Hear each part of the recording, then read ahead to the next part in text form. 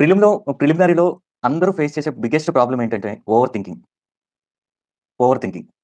ఇదెందుకు చెప్తున్నానంటే తెలియని క్వెషన్స్ గురించి తెగ హైరాణ పడిపోతుంటారు ప్రిలిమినరీ ఎగ్జామ్‌లో. కాన్ఫిడెంట్‌గానే నేను చాలా మంది స్టూడెంట్స్‌తో మాట్లాడుతున్నాను. ఎవ్వరు కూడా కాన్ఫిడెంట్‌గా ప్రిపేర్ అవ్వట్లేదు ఎగ్జామ్‌లో. నాకు చాలా బాధగా అనిపిస్తుంది. కాన్ఫిడెన్స్ లేకపోతే సగం ఫెయిల్యూర్ అయిపోయినట్టే. ఏమనుకుంటున్నారంటే అకాడమిక్ ఎగ్జామ్‌లో చాలా మంది ఫీల్ అవుతున్నారు. నీ సిలబస్ అంతా కంప్లీట్ చేసేస్తాను. 100% ప్రెసిషన్‌తో నేను రాస్తాను అని. So, that is nearly impossible. 100% ప్రెసిషన్‌తో రాయడం అనేది ఎగ్జామ్. ఓకే. పెన్ టాప్ పని చేయట్లేదు. బట్ నేను మౌస్‌తో మేనేజ్ చేస్తాను. సో, ఇవి జనరల్ రూల్స్. ఏంటి ప్రిలిమినరీలో జనరల్ రూల్స్ అంటే, ఫస్ట్ మిమ్మల్ని మీరు బలంగా నమ్మాలి. ఇది చేయట్లేదు. ఎవరైతే నమ్ముతున్నారో వాళ్ళే సక్సెస్‌ఫుల్ అవుతున్నారు. ఎవ్వరు కూడాను వాళ్ళని వారు నమ్మట్లేదు అసలు. తెలియని క్వెషన్ చూసి భయపడుతున్నారు. అది కూడాను మైండ్‌ని ఒక లెవెల్ వరకే అప్లై చేసి వదిలేస్తున్నారు. ఇంకోటి ప్రిలిమినరీ పేపర్ ఇచ్చిన వెంటనే చాలా మంది చేసే తప్పేంటంటే, ఇది సీసాట్ కూడా బాగా యూజ్ అవుద్ది. ఎవరికైతే సీసాట్ ప్రాబ్లమ్ ఉందో వాళ్ళు రీడింగ్ కాంప్రిహెన్షన్ చదివినప్పుడు ఒక సెంటెన్స్‌ని 2 టైమ్స్ చదువుతున్నారు. అలా చదవడం తప్పది. ఒక పారాగ్రాఫ్ ఉందంటే పారాగ్రాఫ్ మొత్తం ఒకసారి చదవాలి. అప్పుడే మనకి కరెక్ట్‌గా అర్థమవుతుంది. నెక్స్ట్ టైమ్ మళ్ళీ చదివినప్పుడు ఇంకా క్లియర్‌గా అర్థమవుతుంది. సో, యాస్ ఎ హోల్ చదవాలి గానీ, ఒక్కొక్క సెంటెన్స్ చదవకూడదు. అది రీడింగ్ కాంప్రిహెన్షన్. నార్మల్‌గా ప్రిలిమినరీలో కూడాను క్వెషన్‌ని 2 సార్లు చదవాలి. నేను ఆల్రెడీ మీరు ఆ వీడియో చూసుంటే ఒక కుక్కలా చదవాలి. ప్రతి వర్డ్ వాసన పసిగట్టేటట్టు. సో, 2 సార్లు చదవాలి. ప్రతి క్వెషన్ కూడాను 2 సార్లు చదవాలి. మూడోది ఎగ్జామినేషన్ ప్రెషర్‌లో చాలా మంది తప్పు చేస్తారు. వాళ్ళకి తెలిసిన టాపిక్‌లో నుంచి కూడా తప్పు చేస్తారు. ఎందుకు తప్పు చేస్తారంటే, ఒకటి వాళ్ళకి వాళ్ళే లేని ప్రెషర్‌ని క్రియేట్ చేసుకుంటారు. అసలు ప్రెషరే ఉండదు. లేని ప్రెషర్‌ని క్రియేట్ చేసుకుంటారు. లేని ప్రెషర్‌ని క్రియేట్ చేసుకొని ఓవర్‌గా థింక్ చేస్తారు ప్రతి క్వెషన్ కూడాను. ఎందుకు ఓవర్‌గా థింక్ చేస్తారంటే, సివిల్స్ ఎగ్జామ్ అనేది టఫ్ అనే ఒక మైండ్ బ్లాక్ పట్టుకొని ఓవర్‌గా థింక్ చేసి ప్రతి దాన్ని కూడాను మైక్రోస్కోపిక్ లెవెల్‌లో చూస్తారు. ఇది ఒక జనరలిస్ట్ ఎగ్జామ్ ఇది. ఏదో ఒక 100లో ఒకటి తప్పయి ఉండొచ్చు మైక్రో లెవెల్ ఉండి. 99% ఆ 1% కోసం ట్రై చేసి 99%ని పోగొట్టుకుంటున్నారు. సో, క్వెషన్‌ని బాగా చదవాలి. చదివి క్వెషన్ మీనింగ్‌ని అర్థం చేసుకోవాలి. ఫస్ట్ ఓవరాల్‌గా ఎంటైర్‌గా క్వెషన్ మీనింగ్ అర్థం చేసుకోవాలి. అర్థం చేసుకున్న తర్వాత ట్రిక్కీ వర్డ్స్ ఏవైతే ఉన్నాయో ఇప్పుడు నేను ఎలా అయితే అండర్‌లైన్ చేసుకున్నానో వాటిని అండర్‌లైన్ చేసుకోవాలి. క్వెషన్ పేపర్‌లో ఏమని రాసుంటుందంటే, మీరు దీనిపైన ఎలాంటి అండర్‌లైన్ చేయొద్దు అని రాసుంటుంది. కానీ మీరు చెయ్యండి. అందరూ చేస్తారిది. మాక్సిమం 99% ఎవరైతే ఇన్విజిలేటర్స్ ఉంటారో నేను ప్రతి అటెంప్ట్‌కెళ్ళినప్పుడు కూడా పట్టించుకోలేదు. ఒకసారి చెప్పారు నేను చెప్పానది. అలా ఉన్నా ఇదెవరు పాటించరు. అందరూ అలానే చేస్తారని చెప్పాను. ఆయన కామ్‌గా అయిపోయాడు. ఇంకోటేందంటే ఎగ్జామినేషన్ సెంటర్‌కెళ్ళిన తర్వాత మీరెవ్వరితో ఆర్గ్యుమెంట్ చేయకూడదు. వాడు నందంటే నంది, పందంటే పంది. ఆర్గ్యుమెంట్ చేసి మన బ్రెయిన్‌ని డిస్టర్బ్ చేయకూడదు. ఇంకోటేందంటే ఎగ్జామినేషన్ సెంటర్‌కెళ్ళే క్రమంలో కూడా ఫ్యామిలీలో ఏదైనా ఇష్యూ ఉన్నా, లేకపోతే వెళ్ళే క్రమంలో ట్రాఫిక్‌లో ఏదో ఇష్యూ ఉన్నా కూడాను ఎలాంటి ఆర్గ్యుమెంట్స్ చేయకూడదు ఎగ్జామ్ రోజు వరకు. మనం ఒక బుద్ధుడిలా ఎగ్జామ్ హాల్‌కెళ్ళి రావాలి. ఎక్కువగా మాట్లాడకూడదు. ఎక్కువగా మాట్లాడకూడదు. దేని గురించి ఆలోచించకూడదు. ఇది మోస్ట్ ఇంపార్టెంట్. 2 ప్రతి క్వెషన్ కూడాను ఫర్ ఎగ్జాంపుల్ నేనేం చేస్తానంటే నాకు రాదు అనుకోండి. ఇలా సర్కిల్ పెట్టుకుంటా. సగమొచ్చి సగం రాదనుకోండి. ఇలా క్వెషన్ మార్క్ పెట్టుకుంటాను. సో, నా వే ఆఫ్ ఆన్సరింగ్ ఎలా ఉంటుందంటే, నేను క్వెషన్‌ని ఏదైనా కూడా చాలా స్పీడ్‌గా చదువుతాను. చదివి ఫస్ట్ అన్నిటికి ఫర్ ఎగ్జాంపుల్ ఫస్ట్ క్వెషన్ ఉందనుకోండి ఇలా. నేనిక్కడ ఒక్క నిమిషం.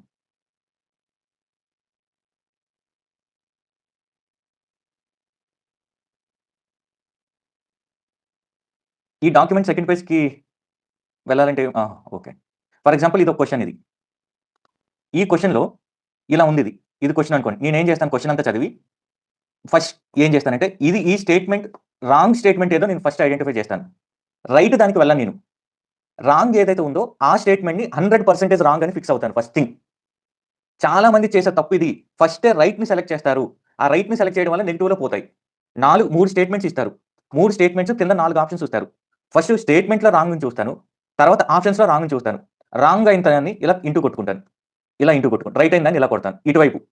ఆప్షన్స్‌కొచ్చేటప్పటికి ఇలా పెట్టుకుంటాను. ఇలా పెట్టుకుంటాను. ఒకవేళ నాకు 2 ప్రాబబిలిటీ ఉందనుకోండి. ఇలా పెట్టి, ఇలా క్వెషన్ మార్క్ పెట్టుకుంటాను నేను. ఇది చాలా కేర్‌ఫుల్‌గా చేయండి. నేనెప్పుడు కూడా మీకొకసారి చెప్తాను. నాకొకసారి 115 ప్లస్ వచ్చి కూడా సీసాట్‌లో ఒక అటెంప్ట్‌లో పోయిందని. ఆ అటెంప్ట్ నేను చేసిన తప్పేంటంటే, ఇది ఇక్కడ రైట్‌ని ఇలా టిక్ పెట్టుకున్న స్టేట్‌మెంట్‌లో ఇలా నేను టిక్ పెట్టేసా. యాక్చువల్‌గా అది ఆప్షన్స్‌లో డి ఆప్షన్ అది.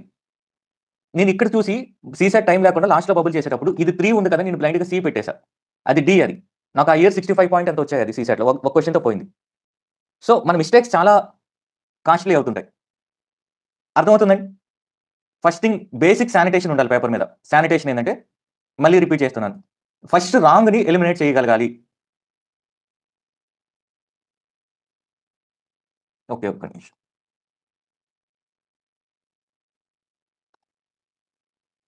రాంగ్‌ని ఎలిమినేట్ చేయగలగాలి. ఎప్పుడైతే మీరు ఒక రాంగ్‌నైనా ఎలిమినేట్ చేస్తారో, ఎలిమినేట్ చేసింది పక్కా రాంగ్ అని తెలియాలి. అప్పుడు మీరు ఆ క్వెషన్‌ని నిర్భయంగా పెట్టొచ్చు. అట్‌లీస్ట్ ఒక్క రాంగ్ ఆప్షన్ అయినా ఎలిమినేట్ చేయగలగాలి. నేను ఇక్కడ స్టేట్‌మెంట్ అనట్లేదు ఆప్షన్స్‌ని. ఒక ఆప్షన్ అయినా ఎలిమినేట్ చేయగలగాలి. ఇప్పుడు ఫర్ ఎగ్జాంపుల్ ఏ ఆప్షన్ ఉంది, బి ఆప్షన్ ఉంది, సి ఉంది, డి ఉంది. ఈ 4 డి తప్పని మీకు తెలిసిందనుకోండి. ఈ 3 ఏదో ఒకటి పెట్టేయండి ఆన్సర్. ఇలాంటి క్వెషన్స్‌ని అటెంప్ట్ చేయండి. కానీ మేక్ ష్యూర్ థట్ మీరు రాంగ్ అనుకునేది పక్కా రాంగ్ అవ్వాలి. ఇది రైట్ అయ్యి రాంగ్ అవుద్దో మీకు డౌట్ ఉందనుకోండి. అలాంటి క్వెషన్స్ జోలికి వెళ్ళొద్దు. ఇది చాలా సింపుల్ టెక్నిక్. కానీ చాలా మంది స్టూడెంట్స్‌కి తెలీదు. అందువల్ల వచ్చే మార్క్స్‌ని కూడా పోగొట్టుకుంటున్నారు.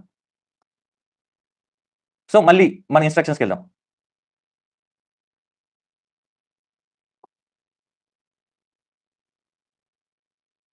సో, క్వెషన్‌ని ఒక కుక్కలాగా చదవాలి. కుక్కలాగా చదివిన తర్వాత బేసిక్ శానిటేషన్‌తో రాంగ్‌ని రాంగ్ పెట్టడం, రైట్‌ని రైట్ పెట్టి ఆప్షన్స్ దగ్గర బబుల్ చేయడం. ఒకవేళ 2 కన్‌ఫ్యూజన్ ఉందనుకోండి. 2 కన్‌ఫ్యూజన్ దగ్గర ఆల్రెడీ చెప్పాను మీకు.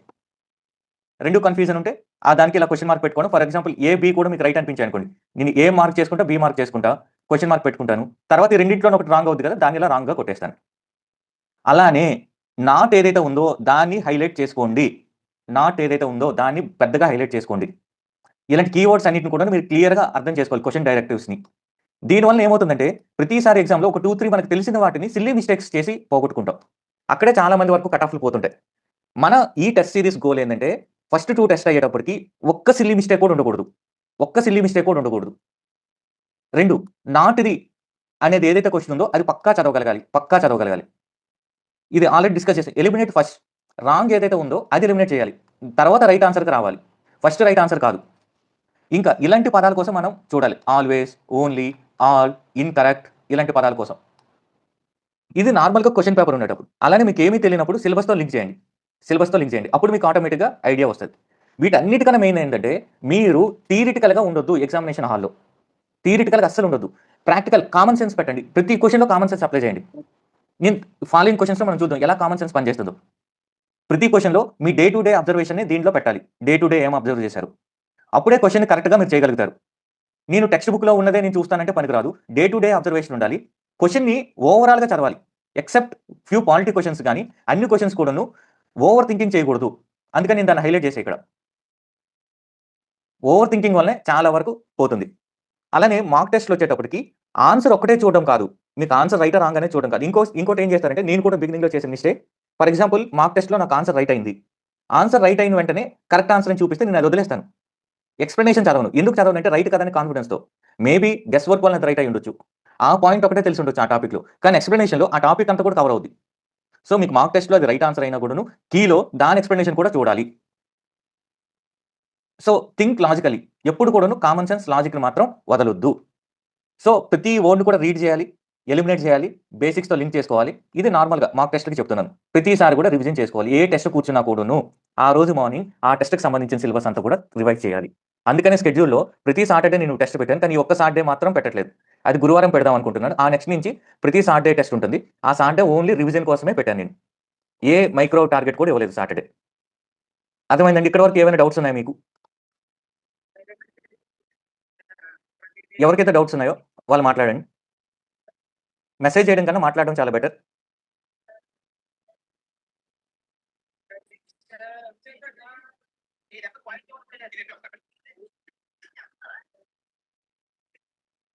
So, next టాపిక్‌కెళ్ళొచ్చు. ఈరోజు కొన్ని ఎలిమినేషన్‌వి చూద్దాం.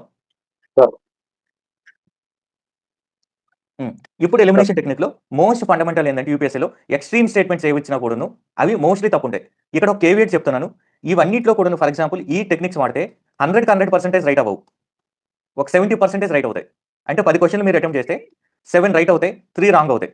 ఈ రాంగ్ అనేది ఉంటుంది. మీరు అటెంప్ట్ చేయకుండా ఉంటే 0 మార్క్స్ వస్తాయి. 7 ఇంటూ 2 14 3 నెగెటివ్ కాబట్టి 1 మార్క్ పోతుంది. 1 తీసేసినా 13 మార్క్స్ మనకొస్తాయి. ఏం నాలెడ్జ్ లేకుండా జస్ట్ కేర్‌ఫుల్‌గా ఎలిమినేషన్ టెక్నిక్స్ వాడడం వల్ల. ఈ ఎలిమినేషన్ టెక్నిక్ వాడాలంటే కార్ డ్రైవింగ్, బైక్ డ్రైవింగ్ చేసినప్పుడు కాన్ఫిడెన్స్ లేకపోతే ఎలా యాక్సిడెంట్స్ అవుతాయి?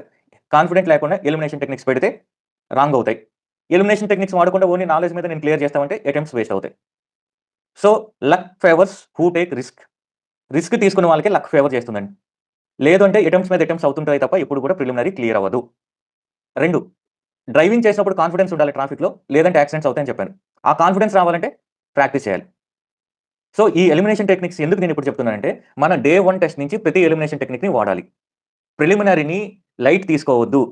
ఆల్రెడీ ఈ మీటింగ్‌లో జాయిన్ అయిన వాళ్ళకి తెలుసు. ప్రిలిమినరీని లైట్ తీసుకుంటే ఏమవుతుందని. కట్ ఆఫ్ క్లోజ్‌గా వచ్చి కూడా ఫెయిల్ అయిన వాళ్ళు చాలా మంది ఉన్నారు. సో, ఏ మాత్రం కూడా ఛాన్స్ తీసుకోవద్దు. ర్యాంక్ వస్తుందనుకునే వాళ్ళకి కూడాను ర్యాంక్ రాదు. నేను ప్రతి ఇయర్ ఇంటర్వ్యూకెళ్ళాను. నెక్స్ట్ ఇయర్ క్లియర్ అవుద్ది అనేది ఏమీ లేదు. సో, ఈ ఎక్స్‌ట్రీమ్ వర్డ్స్ ఏవైతే ఉన్నాయో అవి నార్మల్‌గా రాంగ్ అవుతుంటాయి.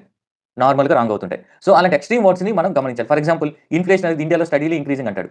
సో, ఏది కూడా ఎకానమీలో స్టడీలీ ఇంక్రీజింగ్ ఉండదు. డిప్స్ ఉంటాయి అటు ఇటుగా. సో, అలా steadily increasing, steadily decreasing, greatly enforced, always ఇలాంటివన్నీ కూడా ఎనీ, కెనాట్.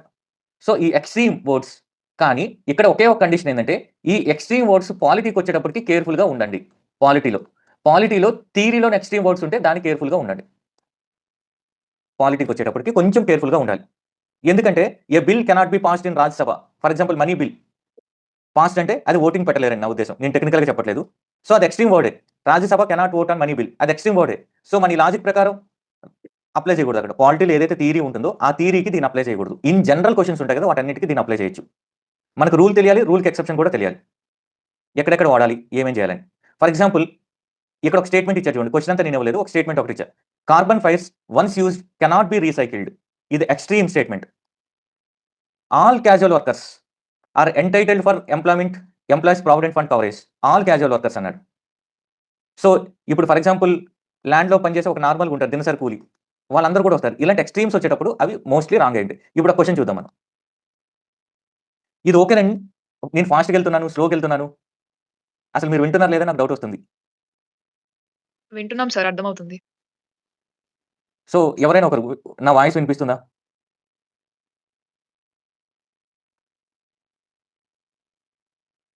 ఇది 2025 అడిగిన question. With reference to UAV. డ్రోన్‌కి, యూఏవీకి డిఫరెన్స్ ఏంటండి? ఎవరైనా చెప్పండి. డ్రోన్‌కి వర్సెస్ యూఏవీ.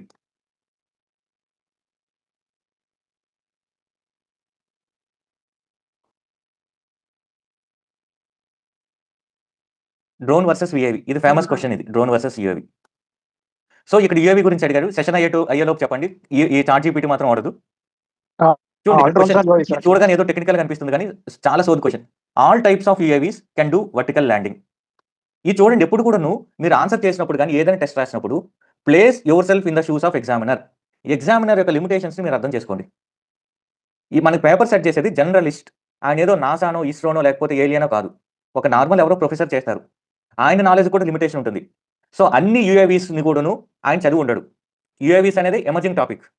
సో, అంత టెక్నాలజీని ఈయన చదివి ఉండడు. అన్ని యూఏవీస్ వర్టికల్ ల్యాండ్ అవుతాయా? ల్యాండ్ అవ్వదా? అనేది ఆ ఎక్సెప్షన్ అనేది ఆయనకి తెలిసే ఛాన్సే లేదు.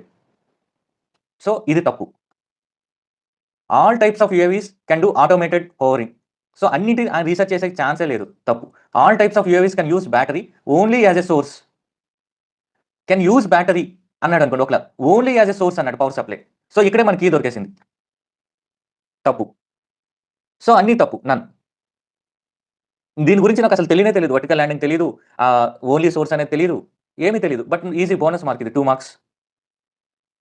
ఓన్లీ కావాల్సింది ఇక్కడేందంటే concentration in exam hall. Concentration, confidence, clarity.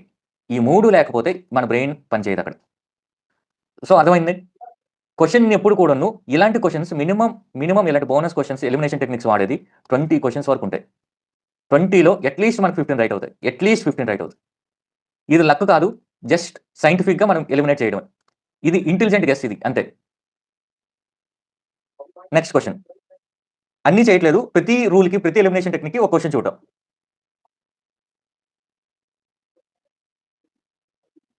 No virus can survive in ocean waters. వైరస్‌లే చాలా ఉంటాయి. ప్రతి వైరస్ మీద ఎవరు రీసెర్చ్ చేశారు ఇప్పటి వరకు? ఎలా చెప్పగలుగుతాడు examiner? No virus can infect bacteria. మనకు తెలుసు. వైరస్‌లు బ్యాక్టీరియాని కూడా ఇన్ఫెక్ట్ చేస్తాయి. ఆ విషయం మనకు తెలీదనుకుందాం. Then also no virus can infect. అంత రీసెర్చ్ ఇప్పటి వరకు ఎక్కడ జరిగింది? జరగల.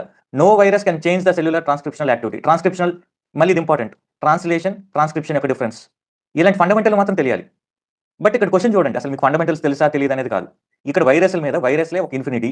ఆ ఇన్ఫినిటీ మీద రీసెర్చ్ చేసింది ఎవరు? పోనీ రీసెర్చ్ జరిగినా కూడా మన ఎగ్జామ్ సెట్ చేసేవాడికి ఎలా తెలుస్తుంది? తెలీదు. సో, ఇది కూడా బోనస్ క్వెషన్. ఇది లాస్ట్ ఇయర్ అడిగిన క్వెషన్సే. మనం ఇక్కడ ఓవర్ థింక్ చేయకూడదు. ఇలాంటి వాటిలో. ఒక్కొక్కసారి రాంగ్ అవుతాయి. It's okay. నేను 100% రైట్ అవుతాయని ఇది చూడండి. Coal based thermal power plants గురించి అడిగాడు. With reference to coal based thermal power plants. None of them uses sea water. None of them is set up in water stressed district. None of them is privately owned. ఇప్పుడు coal based thermal power plant ఏం 100% గవర్నమెంట్‌కి reserve చేయలేదు కదా! Reserve చేయలేనప్పుడు ఖచ్చితంగా privately owned ఉంటాయి కదా! మన ఆంధ్రప్రదేశ్‌లోనే ఉంటాయి కదా! సో, ఇవి రాంగ్ ఇది. అలా ఇది తీసుకుంటే ఒక 5 ఇలా ఉంటాయి. ప్రతి ఇయర్ కూడా ఇలాంటి క్వెషన్స్ ఎక్స్‌ట్రీమ్ స్టేట్మెంట్స్. ఇది చూడండి అసలు. ఎంఎస్‌పీ న్యూస్‌లో ఉంది. Mineral security partnership. ఎందుకంటే ఇది క్రిటికల్ మినరల్స్ వల్ల న్యూస్‌లో ఉంది. ఎక్స్‌పెక్టెడ్ క్వెషన్ ఇది. India has joined MSP. అది కూడా current affairs as a member. Current affairs కాబట్టి ఇది రైట్. పక్కా రైట్. ఇది పక్కా రైట్. ఏ మాత్రం బేసిక్ కరెంట్ అఫైర్స్ ఫాలో అయినా.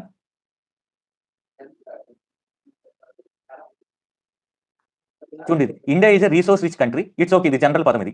In all the 30 critical minerals that it has identified. 30 దాంట్లోనూ మనం నంబర్ 1 ఉంటామా? ఐడెంటిఫై చేసాం 30. అన్నింట్లో కూడా మనం రిసోర్స్ రిచా? కాదు కదా! లిథియమే ఉంది. మనం ఇంపోర్ట్ చేసుకుంటున్నాం. సో, అది తప్పది. ఆబ్వియస్‌గా 2 ఉన్నది తీసేయండి. తీసేయండి. మిగిలింది ఒకటే. థర్డ్ ఆప్షన్ చదవను కూడా చదవక్కర్లే. సో, ఇవన్నీ చాలా ఈజీగా ఉంటాయి. క్వెషన్స్ అన్ని కూడాను. మనకేం చేస్తామంటే అన్నెసెసరీగా ప్రెషర్ ఫీల్ అయిపోయి, ఇవి ఇంకోటి పెద్ద ప్రాబ్లమ్ ఇవి ఎందుకు చేయరు అంటే, ఎందుకు తప్పు చేస్తామంటే, మనం దీన్ని మాక్ టెస్ట్‌లో సరిగ్గా ఇంప్లిమెంట్ చేయం. ఆ ఇంప్లిమెంట్ చేయకపోవడం వల్ల కాన్ఫిడెన్స్ రాదు. ఇది చూడండి ఇది క్వెషన్. హిస్టరీ సంగం లిటరేచర్ గురించి అడిగాడు. Which of the following statements about Sangam literature in ancient India is correct. నేను ఎప్పుడు కూడా కరెక్టా, ఇన్‌కరెక్ట్ అని చూస్తానండి. కొన్నిసార్లు యూపీఎస్సీ బోల్డ్ చేసి ఇస్తది ఇన్‌కరెక్ట్ అయితే. కొన్నిసార్లు ఇవ్వదు. కానీ నేను ఎక్కువ ఎంఫసైజ్ చేసుకుంటున్నాను కరెక్ట్ అడిగిందా, ఇన్‌కరెక్ట్ అడిగిందా అని. సంగం లిటరేచర్‌కి సంబంధించి ఏది కరెక్ట్ అని అడుగుతున్నాడు ఇక్కడ. చూడండి ఇది Sangam poems are devoid of any reference to material any reference. ఇప్పుడు సంగం లిటరేచరే వాస్ట్ అది. అంత చదివి ఉంటాడు ఎగ్జామినర్ అసలు. అలాంటిది మెటీరియల్ కల్చర్ గురించి సంబంధం రాయలేదని ఎలా చెప్పగలుగుతాడు? సో, తప్పు. Social classification of varna was known to Sangam poets. ఇది తెలుసో తెలీదో మనకు తెలీదు. Question mark. Sangam poems have no reference to warrior ethic. No reference ఎలా చెప్పగలుగుతాడు? మీకు వీరాగల్ ట్రెడిషన్ ఉంది. హీరో వర్షిప్ ఉంది. అది తెలీదు కూడా అనుకుందాం మనకు. అసలు నాలెడ్జే లేదనుకుందాం. నో రిఫరెన్స్ అని ఎలా చెప్పుతాడు? ఇది తప్పు. Sangam literature refers to magical forces as irrational. ఇది చెప్పలేడు. మొత్తం సంగం లిటరేచర్‌లో మ్యాజికల్ ఫోర్సెస్ గురించి అంతా చదివి, మ్యాజికల్ ఫోర్సెస్ మొత్తం ఇర్రేషనల్ అని చెప్పడు. ఒకవేళ చెప్తే మ్యాజికల్ ఫోర్సెస్ గురించి చెప్పే ఛాన్స్ ఉంది. సో, ఇది మోస్ట్ ప్రాబబుల్లీ తప్పై ఉంటది. సో, సోషల్ క్లాసిఫికేషన్ ఆఫ్ వర్ణ తెలిసుండే అవకాశం ఉంది. సో, ఇది రైట్ పెడతాం. మీకు ఏమీ తెలీదనుకుందాం నాలెడ్జ్. ఈ రెండిట్లో కదా స్ట్రక్ అయ్యేది. ఈ రెండిట్లో కూడాను ఇది అయ్యే ఛాన్స్ ఉండదు. మ్యాజికల్ ఫోర్సెస్ ఉన్నాయని చెప్పుంటారు గానీ, ఇర్రేషనల్ అని చెప్పడానికి ప్రూవ్ చేయలేడు. సో, ఇది రైట్ అవుద్ది. సో, మనకు కావాల్సిందంతా కూడాను ఆ ఎగ్జామ్ ప్రెషర్ తీసుకోకుండా కేర్‌ఫుల్‌గా చదవడం. Next rule. ఇలాంటివి రైట్ అయ్యే ఛాన్స్ ఉంటది. కెన్, మే 100% ప్రాబబిలిటీ కాకుండా కొంతవరకు ప్రాబబిలిటీ అనేది రైట్ అయ్యే ఛాన్స్ ఉంది. ఫర్ ఎగ్జాంపుల్ ఇది చూడండి. డైరెక్ట్ ఎయిర్ క్యాప్చర్ అన్నాడు. So, with reference to direct air capture and emerging technology which of the following statements are correct. ఇంకోటి, ఇది తొక్కలో ఒక ఐడియా లాంటిది కూడాను. ఇలా ఇస్తాడు కదండీ. ఫర్ ఎగ్జాంపుల్ 1, 2, 1, 2, 3, 1, 3, 1, 2, 3 ఇలా ఉన్నాయనుకోండి ఆప్షన్స్. ఏ, బి, సి, డి ఇలా ఉన్నాయనుకోండి. అందులో ఒక ఆప్షన్‌లో లేనిదేదో అదే రైట్ అయ్యే ఛాన్స్ ఉంటుంది. సి రైట్ అయ్యే ఛాన్స్ ఉంటుంది. సో, 2 ప్రతి చోట ఉంది. ఒక దాంట్లో మాత్రం లేదు. అంటే వాడు 2 స్టేట్మెంట్‌ని తప్పించుంటాడు. ఆప్షన్స్ సెట్ చేయడం కూడా చాలా కష్టం. నేను క్వెషన్స్ ఇప్పుడు సెట్ చేస్తున్నాను కదా! ఆప్షన్స్ సెట్ చేయడం కూడా చాలా కష్టం. సో, ఇలాంటివి వచ్చినప్పుడు కేర్‌ఫుల్‌గా ఉండండి. ఇక్కడ 2 మిస్ అయింది. 2 మిస్ అయినప్పుడు 2కి ఇంపార్టెన్స్ ఇవ్వండి. లేదు ఈ మూడింట్లో చూడండి ఇక్కడ 1 మిస్ అయింది. దానికి ఇంపార్టెన్స్ ఇవ్వండి. ఏది మిస్ అవుతుందో అలాంటివి చూడండి.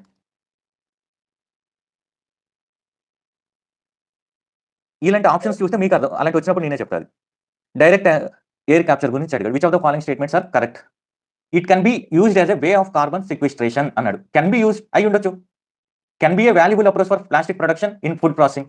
ఈ డైరెక్ట్ ఎయిర్ క్యాప్చర్ అంటే ఈస్ నథింగ్ బట్ మన కార్బన్ డయాక్సైడ్‌ని సిక్వెస్ట్రేషన్ చేయడమే. అదే అది. ఒకవేళ అది కూడా తెలియలేదనుకోండి. ఏదో టెక్నాలజీ ఉంది. ఆ టెక్నాలజీలో దీన్ని కూడా వాడొచ్చు కదా! దేంట్లోనైనా వాడొచ్చు. పాసిబిలిటీ ఏదో రకంగా రిమోట్ పాసిబిలిటీ ఉంది. In aviation it can B source of carbon. So, ఏదేదో బ్లా బ్లా ఉందది. సో, ఏదైనా టెక్నాలజీ ఇప్పుడు కంప్యూటర్ ఉందనుకో it can be used anywhere. It can be used for Motors అనుకోవచ్చు. సో, రిమోట్‌గా అయినా ఏదైనా టెక్నాలజీ కనెక్షన్ అయ్యి ఉంటుంది. సో, అప్పుడు రైట్ అయ్యే ఛాన్స్ ఉంటుందది. నెక్స్ట్.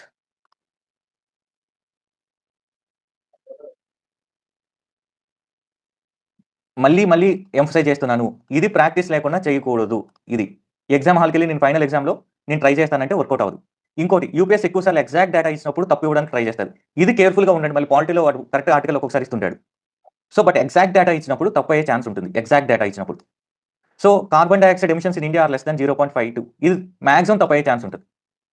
సో, ఇలాంటి డేటా ఇచ్చినప్పుడు వేరే దాంతో లింక్ చేసుకొని మనం ఆప్షన్స్‌ని ఎలిమినేట్ చేసేయాలి.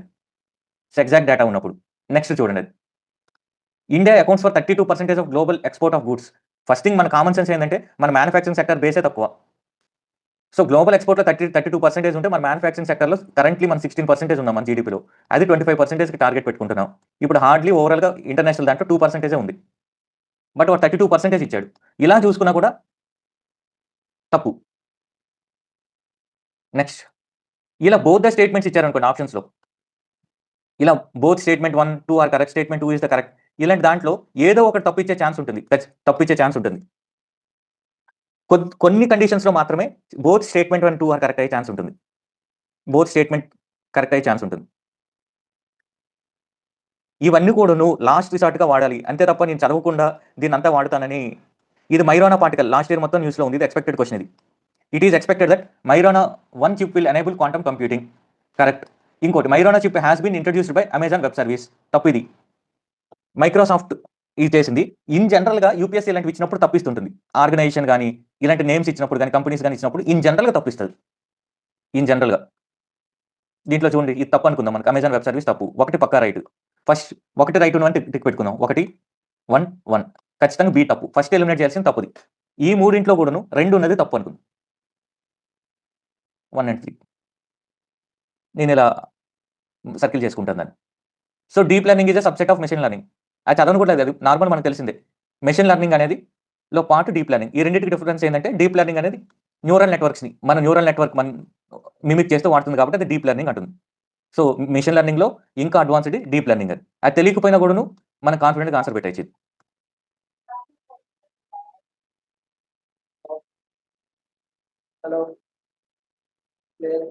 సో, ఇప్పుడు నెక్స్ట్ రూల్‌కెళ్దాం.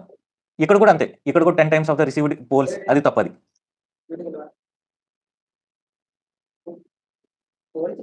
ఇంకో రూల్. అకార్డింగ్ టు కాన్స్టిట్యూషన్ ఇలాంటి పదాలు ఇచ్చాడనుకోండి. అకార్డింగ్ టు సమ్ యాక్ట్ ఇలాంటి పదాలు ఇచ్చినప్పుడు కూడా వాడు జస్ట్ మనం కన్‌ఫ్యూజ్ చేయడానికి అలా ఇచ్చి దాని తప్పు స్టేట్మెంట్ ఇస్తాడు. ఇన్ జనరల్‌గా కాన్స్టిట్యూషన్ లాంటి వాటిలో పెద్దగా డిఫైన్ చేయడం గాని, స్పెసిఫిక్ ఎగ్జాంపుల్ ఇవ్వడం గాని అలాంటివి జరగవు. సో, అలాంటివి ఎక్కువగా రాంగ్ అయ్యే ఛాన్స్ ఉంటుంది. అకార్డింగ్ టు కాన్స్టిట్యూషన్ అవి ఇవి ఉండేవి.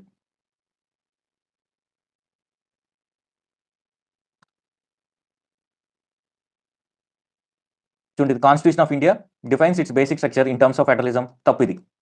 Constitution of India provides for judicial review to safeguard citizens liberties and to provides అన్నాడు. ప్రొవైడ్ చేయి.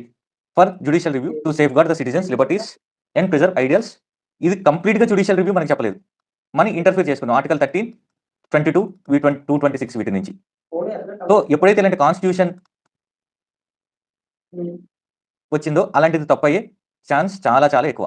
ఇంకా none of the above right అయ్యే ఛాన్సెస్ చాలా తక్కువుంటాయి. నన్ ఆఫ్ ది అబౌవ్ ఎప్పుడు రైట్ అవుతుంటాయంటే పైన అన్ని ఎక్స్‌ట్రీమ్ స్టేట్మెంట్స్ ఇచ్చి నన్ ఆఫ్ ది అబౌవ్ ఇస్తే రైట్ అవుతుంది తప్ప mostly none of the above అనేది తక్కువ ప్రాబబిలిటీ. ఆల్ ఆఫ్ ది అబౌవ్‌కి ఎక్కువ ప్రాబబిలిటీ ఉంటుంది నన్ ఆఫ్ ది అబౌవ్ కన్నా. సైన్స్ అండ్ టెక్నాలజీలో ఏదైనా ఫ్యాక్ట్ ఇచ్చినప్పుడు దాన్ని ప్రూవ్ చేయడం అనేది చాలా కష్టం. ఇప్పుడు ఫర్ ఎగ్జాంపుల్ నానో టెక్నాలజీ ఎక్కడ వాడతారు అని చెప్తాడు. సో, ఇది ఎక్కడైనా వాడొచ్చు. అలాంటిది ఆల్ ఆఫ్ ది అబౌవ్ పెట్టడం అనేది safest option. All of the above then none of the above.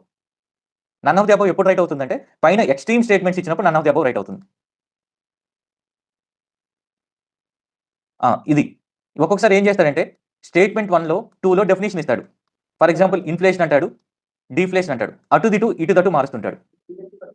ఇది కేర్‌ఫుల్‌గా ఉండాలి. అలాంటివి ఎక్కువ తప్పిస్తాడు. అటు దిటు, ఇటు దటు మారుస్తుంటాడు. అర్థమైందా? ఫర్ ఎగ్జాంపుల్ షెడ్యూల్ 5, షెడ్యూల్ 6 ఇచ్చాడనుకోండి. షెడ్యూల్ 5లో ఉన్న స్టేట్స్ ఎక్కడిస్తాడు? షెడ్యూల్ 6లో ఉండే స్టేట్స్ ఎక్కడిస్తాడు? అది కూడా మనం కేర్‌ఫుల్‌గా ఉండాలి. ఇప్పుడు చూడండి ఇది ఆగ్మెంటెడ్ రియాలిటీ, వర్చువల్ రియాలిటీ వీటి డిఫరెన్సెస్ గురించి అడిగాడు. ఇది చూస్తే ఈజీగా మనం అది పెట్టేయొచ్చు అది. రివర్స్ చేసాడు అది. ఇంకా ఒక స్టేట్మెంట్ ఇచ్చి, ఇక్కడ ఒక స్టేట్మెంట్ ఇచ్చి దానికి బికాజ్ ఈ స్టేట్మెంట్ అయింది. ఎందుకంటే దీని వల్లనే ఒక ఎక్స్‌ప్లనేషన్ ఇస్తాడు. లేదా డ్యూ టు అంటాడు. లేదా వైల్ అంటాడు. ఇలాంటివి ఇచ్చేది మోస్ట్‌లీ తప్పై ఉంటుంది. దీని ఎక్స్‌ప్లనేషన్ తప్పిస్తాడు. సో, మనం అది ఐడెంటిఫై చేయగలిగాం. ఒక స్టేట్మెంట్, ఇంకో స్టేట్మెంట్ ఇది కాజ్ ఇచ్చి ఒకటి ఎఫెక్ట్ ఇస్తాడు. ఏదో ఒకటి కాజ్ ఎఫెక్ట్ అలా ఏదైనా ఇచ్చి ఒక కనెక్టింగ్ ఇస్తాడు. అలాంటివి ఇచ్చినప్పుడు కూడా ఇన్ జనరల్‌గా తప్పు అవుతుంటాయి. ఇది ఆల్రెడీ కవర్ చేసేసాను. కెన్, మే అలాంటివి ఆల్సో ఉన్నవి.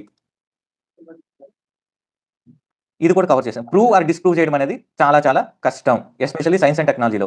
ఫర్ ఎగ్జాంపుల్ దీంట్లో ప్లాస్టిక్ ఎక్కడెక్కడ ఉంటుందని అన్నాడు. ఎక్కడెక్కడ ఉంటుందంటే వీటన్నిటిలో లేదని ప్రూవ్ చేయడం అనేది ఎగ్జామినర్‌కి ఇంపాసిబుల్. సో, అలాంటి వాటిలో ఆల్ ఆఫ్ ది అబోవ్ పెట్టేయడం better. None of the above అనేది తక్కువ ప్రాబబిలిటీ. మరీ చెప్తున్నాను. మీరు 2 ఆప్షన్స్‌ని ఏబీసీడీలో కనీసం రెండింటిని ఎలిమినేట్ చేస్తే దాన్ని నిర్భయంగా ఆ క్వశ్చన్కి వెళ్ళిపోవచ్చు. ఫర్ ఎగ్జాంపుల్ బీసీని ఎలిమినేట్ చేశారనుకోండి, ఏ పెట్టేయండి.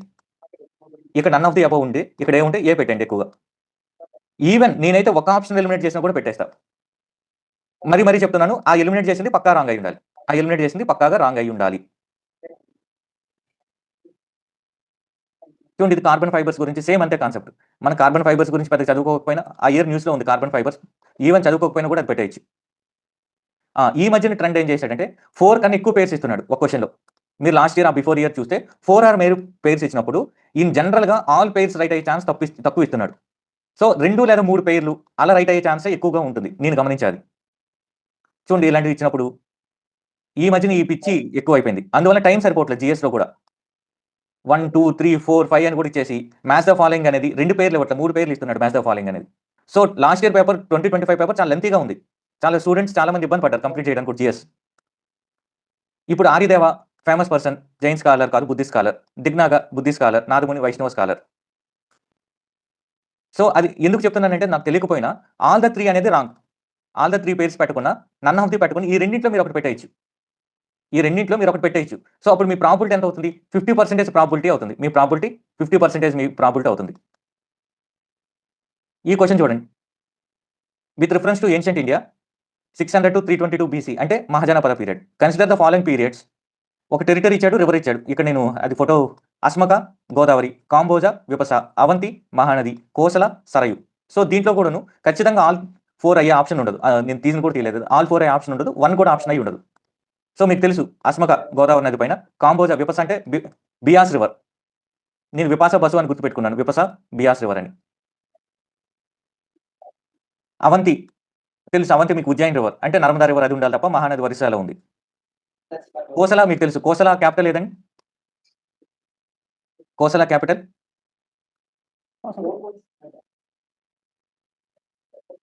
సో ఉన్నారా? క్లాస్ ఇంటరాక్టివ్‌గా ఉంటే బెటర్‌గా ఉంటుంది. Kosala capital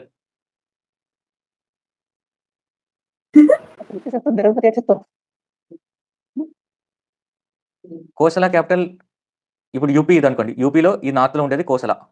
Shravasti, Ayodhya. Main capital Shravasti. Ayodhya అనేది వెరీ గుడ్ వస్తే అయోధ్య. మెయిన్ శ్రావస్తి, అయోధ్య. ఈ 2 కూడాను బుద్ధిజానికి చాలా ఇంపార్టెంట్. ఇవి సరయూ రివర్. సరయూ రివర్ తర్వాత ఏ రివర్‌లో కలుస్తుంది? ఆ రివర్ పేరు మారుతుంది. అది ఇంపార్టెంట్. జాగ్రఫీ పరంగా కూడా అది ఇంపార్టెంట్. చెప్పాలి గాగ్రా రివరా, ఏ రివరా అనేది. సో ఆ తర్వాత అది వెళ్లి గంగాలో కలుస్తుంది. ఈ క్లారిటీ అనేది జాగ్రఫీలో ఉండాలి. సో సరయూ మీకు తెలుసు, బద్రీ సినిమాలో హీరోయిన్ పేరు కూడా సరయూ. మంచి పేరు అది.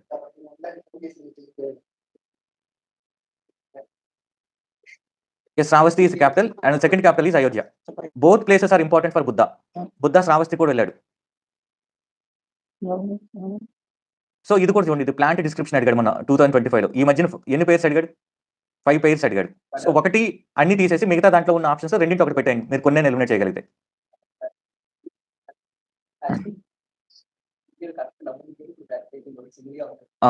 ఇంకోటి ఏం చేస్తుందంటే 2 ఆప్షన్స్‌ని సిమిలర్‌గా ఇస్తాడు. 2 ఆప్షన్స్ సిమిలర్‌గా ఇచ్చి మనల్ని కన్‌ఫ్యూజ్ చేయాలని ట్రై చేస్తాడు. అలా ఇచ్చినప్పుడు ఆ రెండిట్లో ఒకటి పక్కాగా రైట్ అయ్యే ఛాన్స్ ఉంటుంది.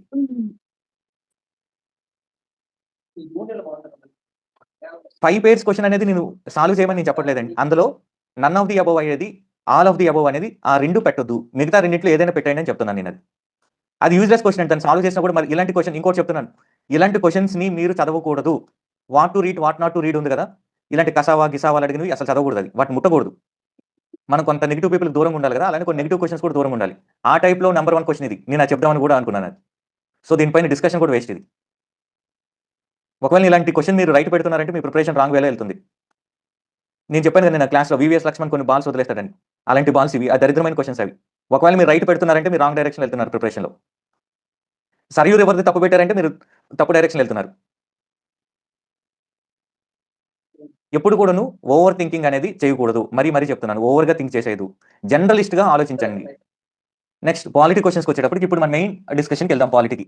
ఇక్కడి వరకు ఏమైనా డౌట్ ఉందండి? ఏమైనా డౌట్స్?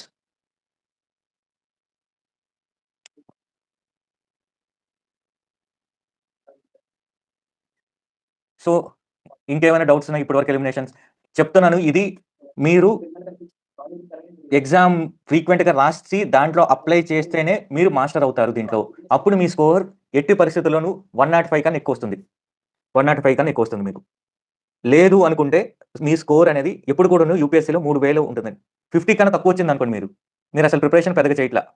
60కి 80కి మధ్యన వచ్చిందనుకోండి, మీరు ప్రిపేర్ అవుతున్నారు కానీ కరెక్ట్ వేలో ప్రిపేర్ అవ్వట్లేదు. ఒకటి లేదా ఎగ్జామ్‌లో మీరు సరిగ్గా మీ బ్రెయిన్ అప్లై చేయట్లేదు. 80 నుంచి 100కి వచ్చేటప్పటికి మీ ఫౌండేషన్‌లో ఏదో ఒక సబ్జెక్ట్‌లో లోపం ఉంది. ఆ ఇయర్ ఏదో ఒక సబ్జెక్ట్‌లో లోపం ఉంది. 100కి అబోవ్ వచ్చాయంటే మీ ఫౌండేషన్ కరెక్ట్‌గానే ఉంది. మీ లాజిక్స్ కూడా కరెక్ట్‌గా ఉంది. ఎగ్జామ్‌లో మీ కామన్ సెన్స్ కూడా కరెక్ట్‌గా ఉంది. సో, మీరు ఏ బ్రాకెట్‌లో ఉన్నారో చూసుకోండి మీరు. ఏ బ్రాకెట్‌లో ఉన్నారనేది. ఎప్పుడు కూడాను ప్రిలిమినరీ క్లియర్ అవ్వాలంటే 110+ ఉండాలి. విజన్ పెట్టే గిబ్యాస్ వదిలేయండి. వాటిలో 80+ వచ్చినా కూడా సరిపోద్ది. చాలా టఫ్‌గా అడిగేస్తుంటాడది. సో, అలాంటివి తీసేస్తే నార్మల్‌గా మీరు ప్రీవియస్ ఇయర్స్ చూసినా కూడాను మినిమమ్ టు మినిమమ్ 105+ ఉండాలి. మినిమమ్ టు మినిమమ్ ఏ ఎగ్జామ్‌లో పెట్టినా కూడాను. ఆ కాన్ఫిడెన్స్ మీలో ఉండాలి. ఫస్ట్ థింగ్ ఆ కాన్ఫిడెన్స్ మీలో ఉండాలి. ఇంకోటేంటంటే ఒక్కసారి ప్రిలిమినరీ క్లియర్ అవ్వడం వస్తే ప్రతిసారి క్లియర్ అయిపోతారు ప్రిలిమినరీ. ఎందుకంటే ఆ స్కిల్ అనేది డెవలప్ అయిపోద్ది. నాలెడ్జ్ ఒక్కటే ఇంపార్టెంట్ కాదు. ఇప్పుడు నేను కాన్ఫిడెంట్‌గా నెక్స్ట్ ఇయర్ రాసేస్తాను నేను ప్రిలిమినరీ. ఎందుకంటే నాలో ఆ కాన్ఫిడెన్స్ వచ్చేసింది. అదేం గ్రేట్‌నెస్ కాదు, ఏమీ కాదు. ఒకసారి మనం సైకిల్ తొక్కడం వచ్చేసిన తర్వాత ఇంకా కింద పడం మనం. సేమ్ ఈ ఎగ్జామ్ కూడా అంతే. దీనికి క్లియర్ అవ్వాలంటే పాలిటీ లాంటివి పక్కా పెట్టాలి. చూడండి ప్రతిసారి కూడాను ఒక 14-18 రేంజ్‌లో అడుగుతాడు పాలిటీ. ఒక 16 అనుకోండి. ఈ 16లో మి మినిమమ్ 14 పెట్టాలి. వరస్ట్ కేస్ ఒక 13 లేదా 12. 10 కన్నా తక్కువ పాలిటీలో నేను పెట్టి ప్రిలిమినరీ క్లియర్ అవుతానంటే కొంచెం ఏదైనా మ్యాజిక్‌లో, చేతబడిలో వేణుస్వామినో వెళ్లి కలవాల్సిందే. సో, ఇది డిఫికల్టీ ఎగ్జామ్‌లో ఇంకోటి నన్ను అడిగారు ఎగ్జామ్‌లో డిఫికల్ట్ ఉందా? ఈజీ ఉన్నది మీరేం పట్టించుకోవద్దు. డిఫికల్టా? ఈజీయా? మీడియం అనేది. ఇది రిలేటివ్ ఎగ్జామ్. ఎక్కువ టఫ్ ఉంటే కట్ ఆఫ్ 40 అవుద్ది. ఈజీగా ఉంటే 140 అవుద్ది. సో, అదంతా రిలేటివ్ ఎగ్జామ్. ఇంకోటి గుర్తుపెట్టుకోండి పేపర్ మీ చేతిలోకి రాగానే ఈజీయా? డిఫికల్ట్ అనేది జడ్జ్ చేయడం మానేయండి. మీకు కష్టమైతే అందరికీ కష్టమే. మీకు ఈజీ అయితే అందరికీ ఈజీనే. సో, వేరే వాళ్ళ గురించి ఆలోచించొద్దు ఎగ్జామ్ హాల్‌లో. మీరు ఇచ్చిన పేపర్‌లో మాక్సిమం స్కోర్ ఎలా పెట్టాలనేది ఆలోచించండి. నన్నడిగితే 90+ పెట్టాలి క్వెషన్స్. 90+ క్వెషన్స్ పెట్టాలి. ఈ ఇంటెలిజెంట్ గెసెస్ వాడి పెట్టాలి. ఇంకా భయపడుతున్నారంటే మినిమమ్ 85+ పెట్టాలి. 70+ పెట్టి నాకు రావాలి అంటే కష్టం. రావచ్చేమో కానీ కష్టం. దానికి వర్కౌట్ అవ్వాలంటే కొన్ని కండిషన్స్ ఉన్నాయి. ఆ వేలో వెళ్ళొద్దు. ఎక్కువ అటెంప్ట్ చేయండి. నంబర్ ఆఫ్ క్వెషన్స్ పెట్టినప్పుడే మార్క్స్ పెరిగేందుకు ఛాన్స్ ఉంటుంది. ఇది పాలిటీలో బ్రేకప్ ఇది. నేను ఈ బ్రేకప్ మాత్రం విజన్ డాక్యుమెంట్ నుంచి నేను తీసుకున్నాను ఇది బ్రేకప్‌ని. ఎక్కడెక్కడ ఎక్కువ అడుగుతున్నాడు. ఎక్కువగా ఫోకస్ చేసేది వాడు ఫండమెంటల్ రైట్స్ అండి. ఎందుకంటే ఫండమెంటల్ రైట్స్ అనేది తెలియాలి. ప్రతి సిటిజన్‌కి తెలియాలి. అడ్మినిస్ట్రేటర్‌కి ఇంకా తెలియాలి. తర్వాత పార్లమెంట్. ఎందుకంటే మీరు సెక్రటరీ అయిన తర్వాత పార్లమెంట్‌కి బిల్లులు పెట్టాలన్నా, స్టార్డ్ క్వెషన్స్ వచ్చినా, ఏ కమిటీకి రిపోర్ట్‌లు ఇవ్వాలన్నా, బడ్జెట్ పెట్టాలన్నా ఏదైనా కూడాను పార్లమెంట్‌తో లింక్ అయ్యి ఉంటుంది. కాన్స్టిట్యూషనల్ బాడీస్ మీద తెగ మీరు వర్క్ చేస్తారు కదా! దానికి ఇచ్చిన వెయిటేజ్ చూడండి. కాన్స్టిట్యూషనల్ బాడీస్ ఎప్పుడు కూడాను ఒక కంపారిజన్ టేబుల్ ఏసుకోవాలి. ఆ కంపారిజన్ టేబుల్‌తోనే చదవాలి. ఎక్కువగా మీరు ఫోకస్ చేయాల్సింది parliament, fundamental rights, silent features of constitution, centre state relations అదే ఫెడరలిజం వాటి మీద ఫోకస్ చేయాలి. అమెండ్మెంట్ టు కాన్స్టిట్యూషన్ ఈ ఫండమెంటల్స్ మీద ఎక్కువ ఫోకస్ చేయాలి. అర్థమైందండి దేని మీద? ఈ మధ్యన గవర్నెన్స్ క్వెషన్స్ కూడా అడుగుతున్నాడు. బానే అడుగుతున్నాడు గవర్నెన్స్ క్వెషన్స్ కూడా. కానీ ఇంకోటేంటంటే పాలిటీలో మీరు 3 టైప్ ఆఫ్ క్వెషన్స్ మీరు చూడొచ్చు. బ్రాడ్‌గా నేను చెప్తున్నాను పాలిటీలో. ఒక టైప్ ఆఫ్ క్వెషన్ ఏందంటే మీకు జనరల్ అవేర్‌నెస్ ఆఫ్ కాన్స్టిట్యూషన్ అడుగుతాడు. బేసిక్స్ ఆఫ్ కాన్స్టిట్యూషన్ అడుగుతాడు. 2 అప్లికేషన్ అడుగుతాడు. 3 కరెంట్ అఫైర్స్ అడుగుతాడు. Mostly current affairs linked questions మాత్రమే పాలిటీలో అడుగుతున్నాడు. మోస్ట్ అంటే ఒక 16 క్వెషన్స్‌లో 10 క్వెషన్స్ కరెంట్ అఫైర్స్ లింక్డ్ అడుగుతున్నాడు. ఒక 6 క్వెషన్స్‌లో 4 క్వెషన్స్ మీ ఫండమెంటల్స్ చెక్ చేస్తున్నాడు. ఫండమెంటల్స్ చెక్ చేసి ఒక 2 క్వెషన్స్ అడుగుతాడు. మనం వాడి ఎగ్జామినర్ ఈగోని కూడా మనం సాటిస్ఫై చేయాలి. పెద్దవాళ్ళు ఉంటారు కదండీ! పెద్దవాళ్ళు వాళ్ళు చెప్తూనే ఉంటారు. వాళ్ళు చెప్తుంటే కొన్ని సార్లు మనం యెస్ కరెక్ట్, రైట్ అనేయాలి మనం. అప్పుడు వాళ్ళ ఈగో సాటిస్ఫై అవుద్ది. అలానే ఎగ్జామినర్ కూడా తన ఈగోని చూపించుకోవడానికి 1 ఆర్ 2 క్వెషన్స్ టఫ్‌గా ఇస్తాడు. దాన్ని ఓకే. ఏం టెన్షన్ పడకుండా రిలాక్స్‌డ్‌గా వదిలేయాలి ఆ క్వెషన్స్‌ని. ఇది మీకు తెలిసిందే ఎన్‌సీఈఆర్‌టీ బుక్స్ చదవాలి. ఇండియన్ కాన్స్టిట్యూషన్ ఎట్ వర్క్ అనేది బుక్ చదవండి. ఎన్‌సీఈఆర్‌టీస్ అన్ని కూడా చదవండి. అన్నిటికన్నా మెయిన్ మన గ్రంథం, మన బైబుల్, ఖురాన్, లక్ష్మీకాంత్. మన భగవద్గీత అన్ని కూడా మన లక్ష్మీకాంత్. లక్ష్మీకాంత్‌ని చాలా కేర్‌ఫుల్‌గా చదవాలి. ఇంక ఇవి చదువుతారు కొంతమంది 'డీడీ బసు', 'సుభాష్ కశ్యప్' ఇవన్నీ అవసరం లేదండి. నాన్‌సెన్స్ ఇవన్నీ గూడా. బుక్స్‌ని నాన్‌సెన్స్ అనట్లేదు. ఇవి చదివేటప్పటికి మనకు టైం సరిపోదు. ఇక్కడ ఎన్ని సోర్సెస్ చదివామనేది కాదు. ఒక సోర్స్‌ని ఎంత బాగా చదివి, ఎంత బాగా మనం ఇంటర్నలైజ్ చేసుకున్నాం అనేదే ఇంపార్టెంట్. సో, లక్ష్మీకాంత్ చదవాలి. ఏఆర్‌సీ అనేది చాలా మంది చేసే తప్పేంటంటే ఏఆర్‌సీని లైన్ బై లైన్ చదువుతున్నారు. అలా కాదు. ఏఆర్‌సీని సిలబస్‌కి లింక్ చేసి చదవాలి. ఇప్పుడు ఏఆర్‌సీలో లోకల్ బాడీస్‌లో ఏఆర్‌సీ ఏం చెప్తుంది? రెండే 2 మనం ఏఆర్‌సీ నుంచి నేర్చుకోవాలి. ఒకటి ప్రాబ్లమ్ చెప్తుంది. 2 దానికి సొల్యూషన్ చెప్తుంది. ప్రాబ్లమ్ ఏం చెప్తుంది ఒక పాయింట్. సొల్యూషన్ ఏం చెప్తుంది ఒక point. For example local bodies తీసుకుంటే 5% కన్నా తక్కువ ప్రాపర్టీ టాక్స్ వస్తుంది. అంతే పాయింట్ తీసుకోవాలి. అంతే తప్ప సోదంతా తీసుకోకూడదు. ఫర్ ఎగ్జాంపుల్ సిటిజన్ చార్టర్ సరిగ్గా పనిచేయట్లేదు. ఏఆర్‌సీ సేవతో మోడల్ చెప్తుంది. ఆ రకమైన క్లారిటీతో డాక్యుమెంట్ చదవాలి. ఇప్పుడు ఏఆర్సీతో పాటు నీతి ఆయోగ్ 75 ఇయర్స్ డాక్యుమెంట్ ఉంది కదా! దాంట్లో కూడా అన్నీ చదవకూడదు. ఆల్రెడీ కోచింగ్ మెటీరియల్‌లో వే ఫార్వర్డ్‌లో చెప్తారు కదా! అవే బట్టి కొట్టాలి. డాక్యుమెంట్స్ చదివి మనం అర్థం చేసుకోకుండా చదవద్దలా. ఇంకోటి మళ్ళీ చెప్తున్నాను. ఇందాక నేను ఆ కసావా క్వెషన్ చెప్పాను కదా! అలానే ఇప్పుడు ఈ క్వెషన్ చూడండి.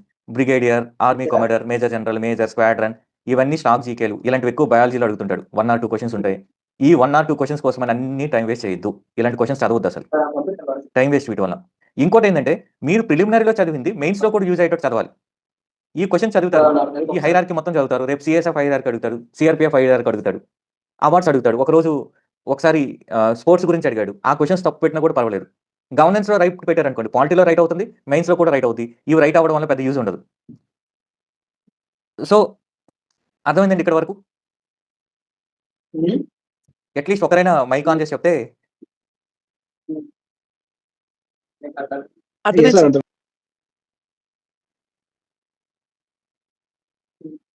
నాకు వినిపించట్లేదండి. ఎవరైనా మాట్లాడుతున్నారా? సార్ వినిపిస్తుందా సార్? ఒక్క నిమిషం మేబీ నాకు వినిపించట్లేదనుకుంటా.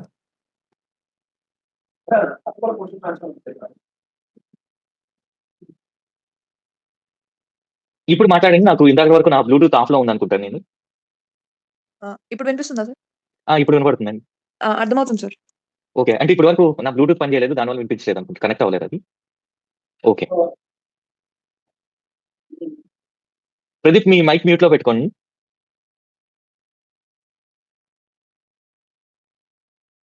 చూడండి పాలిటీకొచ్చేటప్పటికి ఈ ఎక్స్‌ట్రీమ్ స్టేట్మెంట్స్ ఉంటాయి గదా!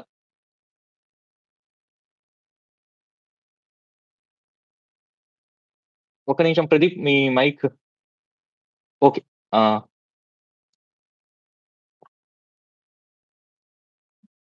చూడండి ఇలా పాలిటీలో ఎక్స్‌ట్రీమ్ స్టేట్మెంట్స్‌కొచ్చేటప్పుడు మాత్రం కొంచెం కేర్‌ఫుల్‌గా ఉండాలి. ఇవి ఎందుకంటే థియరిటికల్ క్వెషన్స్ కాబట్టి ఇవన్నీ గూడా.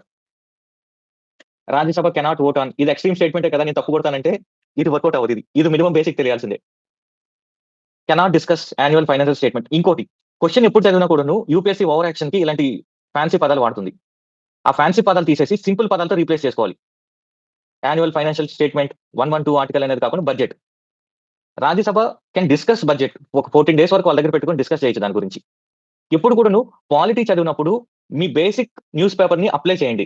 బేసిక్ న్యూస్ పేపర్ అంటే ప్రాక్టికల్‌గా ఇది జరుగుతుందా? ప్రాక్టికల్‌గా ఇది జరిగిందా? జరగలేదా? అనేది రియల్ లైఫ్‌తో లింక్ చేసుకోవాలి. ఎప్పుడైనా చూడండి బడ్జెట్ మీటింగ్ అయినప్పుడు ఫస్ట్ రోజు ఇక్కడ ఒకరు పెట్టేసిన తర్వాత రెండో రోజు వేరే వాళ్ళు ఎవరైనా రాజ్యసభలో పెడుతుంటారు బడ్జెట్‌ని.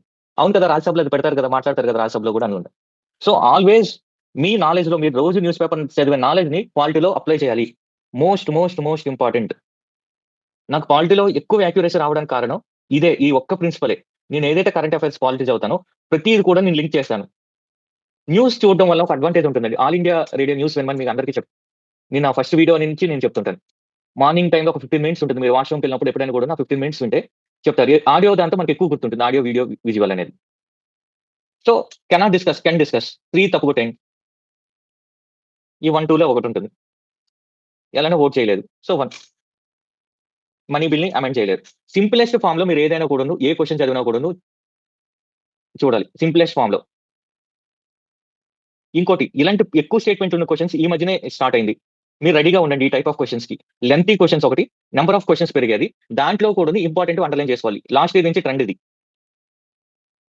ఇది స్పీకర్ గురించి. స్పీకర్ ఇంకా కంటిన్యూయస్ న్యూస్‌లో ఉంటున్నాడు కదా! On the dissolution of the house of people అని ఉందనుకోండి. ఇది లోక్‌సభ అని మార్చుకోండి మీరు. సో, ఇది చేయాల్సిన పని లోక్‌సభ అని. On the dissolution of the house of people Lok Sabha dissolution అయినప్పుడు the speaker shall not vacate is there error ఉంది కదండీ! తీసేసి పెట్టండి. మనం ఇక్కడ జెండర్ ఈక్వాలిటీ మీద ఎక్కువ ఫోకస్ చేయనక్కర్లేదు.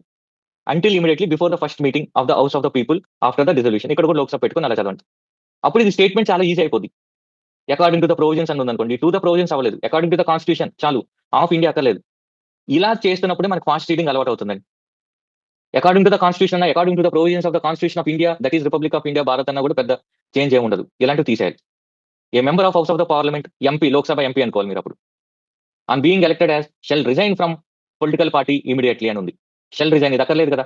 చెయ్యాలా? షల్ రిజైన్ అంటే అందరూ చేయాలి కదా! మరిప్పుడు తెలంగాణలో స్పీకర్ చేయలేదు. ఆంధ్రాలో స్పీకర్ చేయలేదు. మన ఓం బిర్లా గారు చేయలేదు. బీజేపీ గానే వాళ్ళు కంటెస్ట్ చేస్తున్నారు కదా!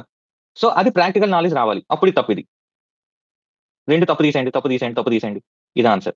మూడోది చదవను కూడా చదవను. నేను చెప్తున్నా ఖచ్చితంగా చదవాలి. ఇక నేను టైమ్ సేవ్ చేయడానికి చదవట్లేదు గానీ ఖచ్చితంగా చదవాలి ఫైనల్ ఎగ్జామ్‌లో. ఫైనల్ ఎగ్జామ్‌లో ఖచ్చితంగా చదవాలి. ఎప్పుడు కూడాను ప్రాక్టికాలిటీకి దగ్గరగా పాలిటీని చదవాలి. ఎక్సెప్షన్స్ కాదు. జనరల్ నార్మ్ ఏం చెప్తుందో ముందు ఆలోచించి తర్వాత ఎక్సెప్షన్స్ చూడాలి. ఇది చూడండి. ఇది చూడడానికి మన ఆర్డినెన్స్ గురించి చదివి ఉంటాం చాలా. ఫర్ ఎగ్జాంపుల్ పాలిటీలో కూడాను ఆర్టికల్స్ గుర్తుపెట్టుకునేటప్పుడు ఈ చిన్న చిన్న ఏదైనా టిప్స్ ఉంటే చూడండి. 1, 2, 3 ఉందనుకోండి. 2, 1, 3 దీన్ని రివర్స్ చేసి ఇది. ఇంకోటి మీకు తెలుసు కదా, central state act articles 89 difference ఉంటుంది. ఇది బేసిక్ ఇది.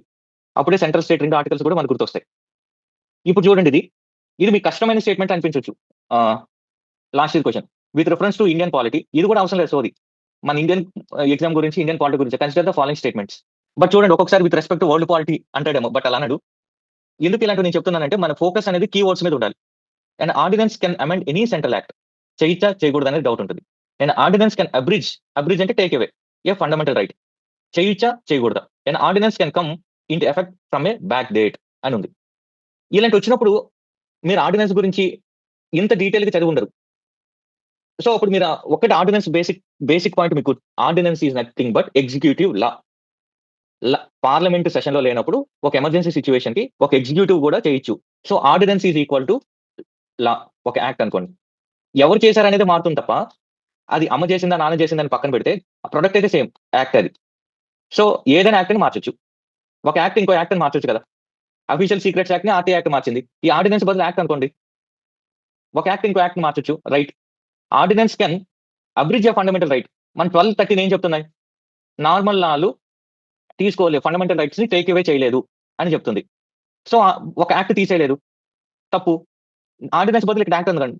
And act can abridge any fundamental right, తప్పది. And ordinance can come in to effect from back date. మన యాక్ట్ ఏదైనా చేయొచ్చు, రెట్రోస్పెక్టివ్ గా ఏదైనా యాక్ట్ చేయొచ్చు. ఫర్ ఎగ్జాంపుల్ ఐటీ రీసెంట్ ఉంది కదా, టాక్సేషన్, వడాఫోన్ కేసు అంతా కూడా ఇదే ప్రాబ్లం కదా, రెట్రోస్పెక్టివ్ టాక్సేషన్ కదా. సో యాక్ట్ తో రెట్రోస్పెక్టివ్ గా చేయొచ్చు, ఆర్డినెన్స్ తో కూడా చేయొచ్చు. అంటే మళ్ళీ అది రెట్రోస్పెక్టివ్ గా క్రిమినల్ లా చేయలేము కానీ సివిల్ లా చేయొచ్చు. అది డిఫరెంట్. అది మన పాలిటీ, మన ఫౌండేషన్ కోర్సులు నేర్చుకుంటాం. మనం ఇక్కడ చేయాల్సిందంతా కూడాను ఆర్డినెన్స్, యాక్ట్ రెండు కూడా సేమ్. వాటి స్కోప్ లో కానీ ఇంపాక్ట్ లో కానీ రెండు సేమ్ ఉంటుంది. అది ఫోకస్ గా మనం పెట్టగలిగితే ఆన్సర్ రైట్ అయిపోద్ది. అర్థమైందండి? అది సెట్ చేయడం, ఆ ఆలోచన రావడం అనేది ఇంపార్టెంట్ ఎగ్జామ్ లో. ఆర్డినెన్స్ అని చదివితే కన్ఫ్యూజింగ్ గా ఉంటుంది. ఇలాంటి క్వశ్చన్స్ పెట్టకపోయినా కూడా ఏం పర్వాలేదు. బట్ ఏదైనా ఆప్షన్ ఎలిమినేట్ చేయగలిగితే ఇలాంటి పెట్టండి. ఒక్క ఆప్షన్ ఎలిమినేట్ చేసినా కూడా ఇలాంటి పెట్టండి. నాగాలాండ్ ఉంది, for example Arunachal Pradesh port పేరుతో వచ్చిందన్నాడు.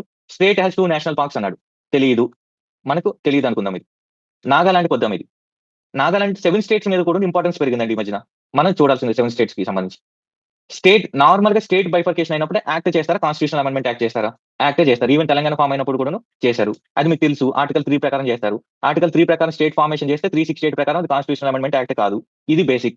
మరి నాగాలాండ్కి, సిక్కిం చేశారు. సిక్కిం ఎందుకు చేశారంటే సిక్కిం అంతకుముందు ఒక సపరేట్ కంట్రీ లాంటిది అనుకోండి, అందువల్ల దాన్ని చేయాల్సి వచ్చింది.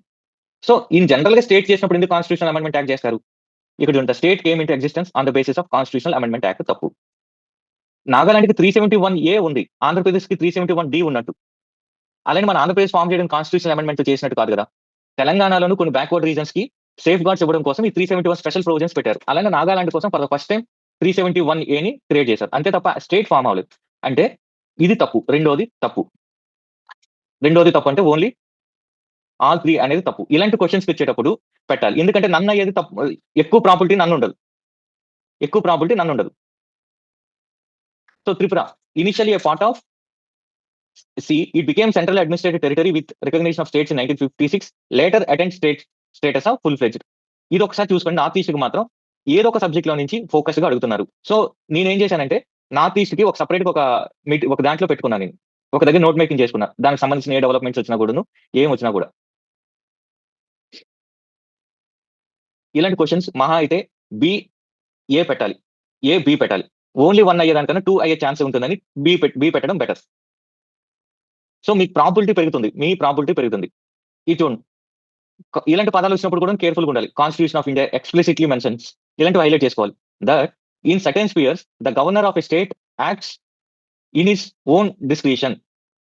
ఇదేముంది, సిచ్యువేషనల్ డిస్క్రిషన్, కాన్స్టిట్యూషనల్ డిస్క్రిషన్ అనేది ఫండమెంటల్ గా అప్పుడు కరెంట్ అఫైర్స్ ఉన్న క్వశ్చన్ ఇది. సో మనకి ఇమీడియట్ గా సిలబస్ తో లింక్ చేయాలని చెప్పాను కదా. ఇమీడియట్ గా నా మైండ్కి ఏమొస్తుందంటే, ఓకే ప్రెసిడెంట్ కి ఓన్లీ సిచ్యువేషనల్ డిస్క్రిషనరీ ఉంది కానీ కాన్స్టిట్యూషనల్ కి ఏం డిస్క్రిషనరీ ఇవ్వలేదు. కానీ గవర్నర్ కి ఇచ్చారు. 163లోనే ఉంది డిస్క్రిషనరీ. సో ఎక్స్ప్లిసిట్లీ మెన్షన్డ్ కదా. So right, president India can అని ఉంది. Is own reserve A bill passed by state legislature for is her own consideration without it being forwarded by the governor of the state. ఎందుకంటే తమిళనాడులో కానీ issue అవుతుంది కదా, దీని మీద కోర్టు కేసు అయింది కదా, కరెంట్ అఫైర్స్ కాబట్టి చెప్పాను కదా 3 లెవెల్లో క్వశ్చన్స్ అడుగుతాడు. కరెంట్ అఫైర్స్ లింక్డ్ క్వశ్చన్స్ ఎక్కువ అడుగుతాడు పాలిటీలో. ఇప్పుడు తమిళనాడు గవర్నర్ ఇష్యూ వల్ల ఈ క్వశ్చన్ అడిగాడు. ఈ క్వశ్చన్ అడిగినప్పుడు మీకు ఆర్టికల్ 200 మీరు కరెంట్ అఫైర్స్ చదివినప్పుడు ఉంటుంది. ఈ జనరల్ గా చూసుకున్నా కూడా స్టేట్ లో విషయంలో ప్రెసిడెంట్ రోల్ అనేది చాలా తక్కువగా ఉంటుంది, ప్రెసిడెంట్ రూల్ ఉండేటప్పుడు తప్ప. అలాంటప్పుడు ఇది ఎలా అవుతుంది కామన్ సెన్స్ తో? ఇది తప్పు, ఇది తప్పు. ఎందుకంటే మనం పాలిటీ చదివినప్పుడే ప్రెసిడెంట్ ఎక్కడెక్కడ స్టేట్ లో అథారిటీ ఉంది, ఒక ట్రైబల్ ఏరియాస్ మీద కానీ ఇలాంటి వాటిలోనే ఆయన రోల్ ఉంది తప్ప మిగతా వాటిలో లేదు. ప్రెసిడెంట్ రూల్ ఉండేటప్పుడు అది డిఫరెంట్ కేసు. అది ఇది చూడండి, అసలు లోకల్ బాడీస్ గురించి ఇచ్చిన సింపుల్ క్వశ్చన్ ఇది, కానీ వాడు వర్డింగ్స్ మార్చడంతో టఫ్ క్వశ్చన్ అయిపోయింది. మన ఆంధ్రప్రదేశ్లో 3 లేయర్స్ ఉన్నాయి కదండి. విలేజ్ లెవెల్లో సర్పంచ్ ఉంటాడు, 2-3 విలేజ్లు కలిపి ఎంపీటీస్ ఉంటాడు, ఒక మండలానికి జడ్పీటీస్ ఉంటాడు. ఒక కాన్స్టిట్యుయెన్సీలో 4 మండలాలు ఉంటాయి. ఒక కాన్స్టిట్యుయెన్సీలో 4 మండలాలు ఉంటాయి, 4 జడ్పీటీసీలు ఉంటారు. మీకు ఈ స్ట్రక్చర్ తెలుసు కదా, ప్రతి 2-3 ఊర్లు కలిపి ఒక ఎంపీటీస్ ఉంటాడు. ఆ మండలంలో ఉన్న ఎంపీటీస్ అందరూ కలిపి ఒక ఎంపీపీని ఎన్నుకుంటారు, మండల ప్రజా పరిషత్. అలానే ప్రతి 4 మండలాలు, ప్రతి డిస్ట్రిక్ట్ లో ఉన్న ప్రతి మండలానికి ఒక జడ్పీటీస్ ఉంటాడు. ఆ 4 అన్ని జడ్పీటీసీలు కలిపి ఒక జడ్పీ చైర్పర్సన్ ని ఎన్నుకుంటారు. ఇది ఆంధ్రప్రదేశ్ లో ఉన్నది. ఇంటర్మీడియట్ అంటే ఎంపీటీసీలు మన ఆంధ్రప్రదేశ్ లో. సో ఆ రకంగా ఆలోచించాలి మీరు, ఆ రకంగా ఆలోచించాలి. ఇమీడియట్ గా మీకు ఇమీడియట్ ఏదైతే గుర్తుందో దాన్ని తెచ్చుకోవాలి, వెంటనే గుర్తుకు తెచ్చుకోవాలి. గుర్తుకు తెచ్చుకున్న తర్వాత Panchayat at intermediate level exist in all states. మనకు తెలుసు 20 lakhs కన్నా తక్కువ ఉంటే అవసరం లేదు, అది కూడా గుర్తు లేదనుకోండి. అసలు ఎందుకు అన్ని స్టేట్ లో పెడతాడు? చాలా చిన్న స్టేట్లు ఉన్నాయి కదా, అవసరం లేదు కదా. సో ఇది తప్పు. To be eligible to A member of Panchayat at intermediate level A person should attain the age of 30 years. మీరు ఎమ్మెల్యే అవడానికి 25 years, ఎంపీటీసీ దానికన్నా చిన్న పోస్ట్ ఎంపీటీసీ అవడానికి 30 years ఎందుకు పెడతాడు? తప్పు కదా. సో ఇది కూడా తప్పు. ఈవెన్ సర్పంచ్ అవడానికి ఏజ్ అంటే 21 years కదా సర్పంచ్ అవడానికి. మీరు ఫండమెంటల్ పాలిటీ చదివినా కూడాను ఈ లోకల్ బాడీ క్వాలిఫికేషన్స్ ఏం చెప్తారు? Same like MLA except age అనేది 21. ఎందుకు తక్కువ ఏజ్ పెట్టారు? మీరు ఎర్లీగా సర్పంచ్ అయితే మీరు ఎక్స్పీరియన్స్ గెయిన్ చేసుకొని 25 years ఎమ్మెల్యే అయిపోవచ్చు అనేది. మీరు 25 years మీరు పెట్టుంటే 25 years సర్పంచ్ అయ్యి ఎమ్మెల్యే అవ్వడం అనేది లేట్ అయిపోతుంది కాబట్టి దీన్ని తక్కువ ఏజ్ పెట్టారు. సో ఇది తప్పు, ఇది తప్పు. ఈ రెండు తీసేయండి, 1 and 2. చూడండి ఇక్కడ నాట్ కరెక్ట్ అన్నాడు, నాట్ కరెక్ట్. ఇది మనం గుర్తుంచుకోవాలి. అలానే chief minister of a state constitutes A commission to review the financial position. ఇక్కడ కమిషన్ అంటే ఇంకేదో అనుకోవద్దు, ఫైనాన్స్ కమిషన్ అనుకోవాలి వెంటనే. చీఫ్ మినిస్టర్ ఎందుకు కాన్స్టిట్యూట్ చేస్తాడు? ఇన్ జనరల్ గా గవర్నర్ కాన్స్టిట్యూట్ చేస్తాడు. తప్పు కదా ఇది కూడా, అందుకని 3 తప్పు. D answer. సో ఇది ఎందుకు ఎగ్జామ్ లో మీరు రాసినప్పుడు ఏమవుతుందంటే ఇంటర్మీడియట్ లెవెల్ అనగానే అమ్మో ఏదో అనుకుంటాం, మీరు ఎంపీటీస్ అనుకోవాలి. ఈ వీలైనంత తొందరగా లేమన్ టర్మ్స్ లో పెట్టుకోవాలి. సో మనకప్పుడు ఈజీ అయిపోతుంది లేమన్ టర్మ్స్ లో పెడితే.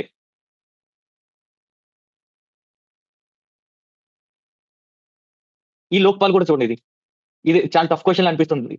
లోక్పాల్ అనేది అందరు గవర్నమెంట్ సర్వెంట్స్ ని కూడా ఇంక్లూడ్ చేశారు, సెంట్రల్ గవర్నమెంట్ అందర్స్ కూడా ఇంక్లూడింగ్ ఎంపీ, ప్రైమ్ మినిస్టర్. అప్పుడు డిస్కషన్స్ అన్ని కూడా ప్రైమ్ మినిస్టర్ ఇంక్లూడ్ చేయాలా లేదనేది చేశారు. కాకపోతే దానికి కొన్ని కండిషన్స్ పెట్టారు. ప్రైమ్ మినిస్టర్ అనేది హైయెస్ట్ లెవెల్ కాబట్టి దానికి ఒక కండిషన్స్ పెట్టారు. So the power of Lokpal applies to public servants of India but not to the Indian public servants posted outside India. అది కామన్ సెన్స్ ఉండదు కదా, ఎందుకంటే అవుట్ సైడ్ వాడు ఉన్న కూడా ట్యాక్స్ పేయర్స్ మనీతో పనిచేస్తున్నాడు, ఇండియన్స్ కోసం పనిచేస్తాడు. ఎంబసీలో ఉన్న అంబాసిడర్ డబ్బులు తీసుకుంటాను, ఆయన కరప్షన్ నుంచి. ఇంకోటి బేసిక్ ఏంటంటే వాడికి ఆ అంబాసిడర్ కి ఆ కంట్రీలో ఉన్న లాస్ట్ నుంచి ఎగ్జామ్షన్ ఉంటుంది తప్ప మన లాస్ట్ నుంచి ఎందుకు ఎగ్జామ్షన్ ఉంటుంది? ఇది బేసిక్ కదా, అందువల్ల ఇది తప్పు. But not to the Indian public servants posted outside India, ఇది తప్పు. అది తప్పు.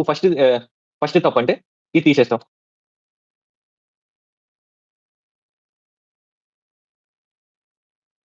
The chairperson or member shall not be member of parliament or a member of legislature of any state or UT and only the chief justice whether incumbent or retired has to be its chairperson. ఇది తప్పు కదా. ఈ మధ్యన మీకు ఒక general గా ఆలోచిస్తే ఒక ఇష్యూ ఉంది చూడండి. ఇది మన సుప్రీంకోర్టు జడ్జెస్ రిటైర్మెంట్ ఏజ్ అంటే chief justice retirement age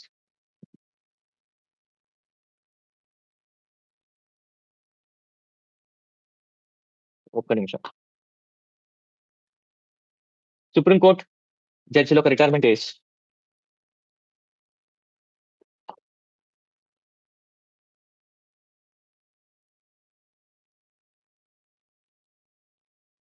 chart కన్నా మీరు ఆడియోతో చెప్పడం బెటర్ అండి. వేరే వాళ్ళు కూడా ఉంటారు, వాళ్ళు చార్ట్ చూస్తారో లేదో తెలియదు. 65 years. 65 years. ఇప్పుడు 65 కాబట్టి 65కి ఆల్రెడీ ముసలి వాళ్ళు అయిపోతారు. ఎన్హెచ్ఆర్సీ ఇలాంటి చాలా ఉన్నాయి. చాలా మందికి ఇంట్రెస్ట్ ఉండదు 65 years తర్వాత వాళ్ళ ఫ్యామిలీ, పిల్లలు, మనవరాలు ఆడుకుందాం అనుకుంటారు. ఆ ఇంట్రెస్ట్ ఉన్న వాళ్ళు ఎంతమంది యాక్టివ్గా ఉన్నారు? డిఫరెంట్ ఆర్గనైజేషన్స్ ఉన్నాయి. అందువల్ల ఏం చేస్తున్నారంటే ఎక్కడైతే సీజీఐ ఉందో దాన్ని సుప్రీంకోర్టు జడ్జితో మారుస్తున్నారు.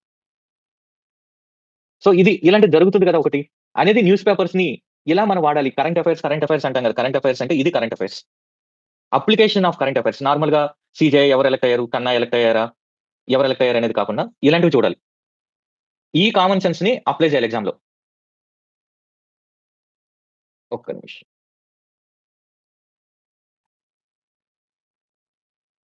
ఈ కామన్ సెన్స్ ని ఎగ్జామ్ లో అప్లై.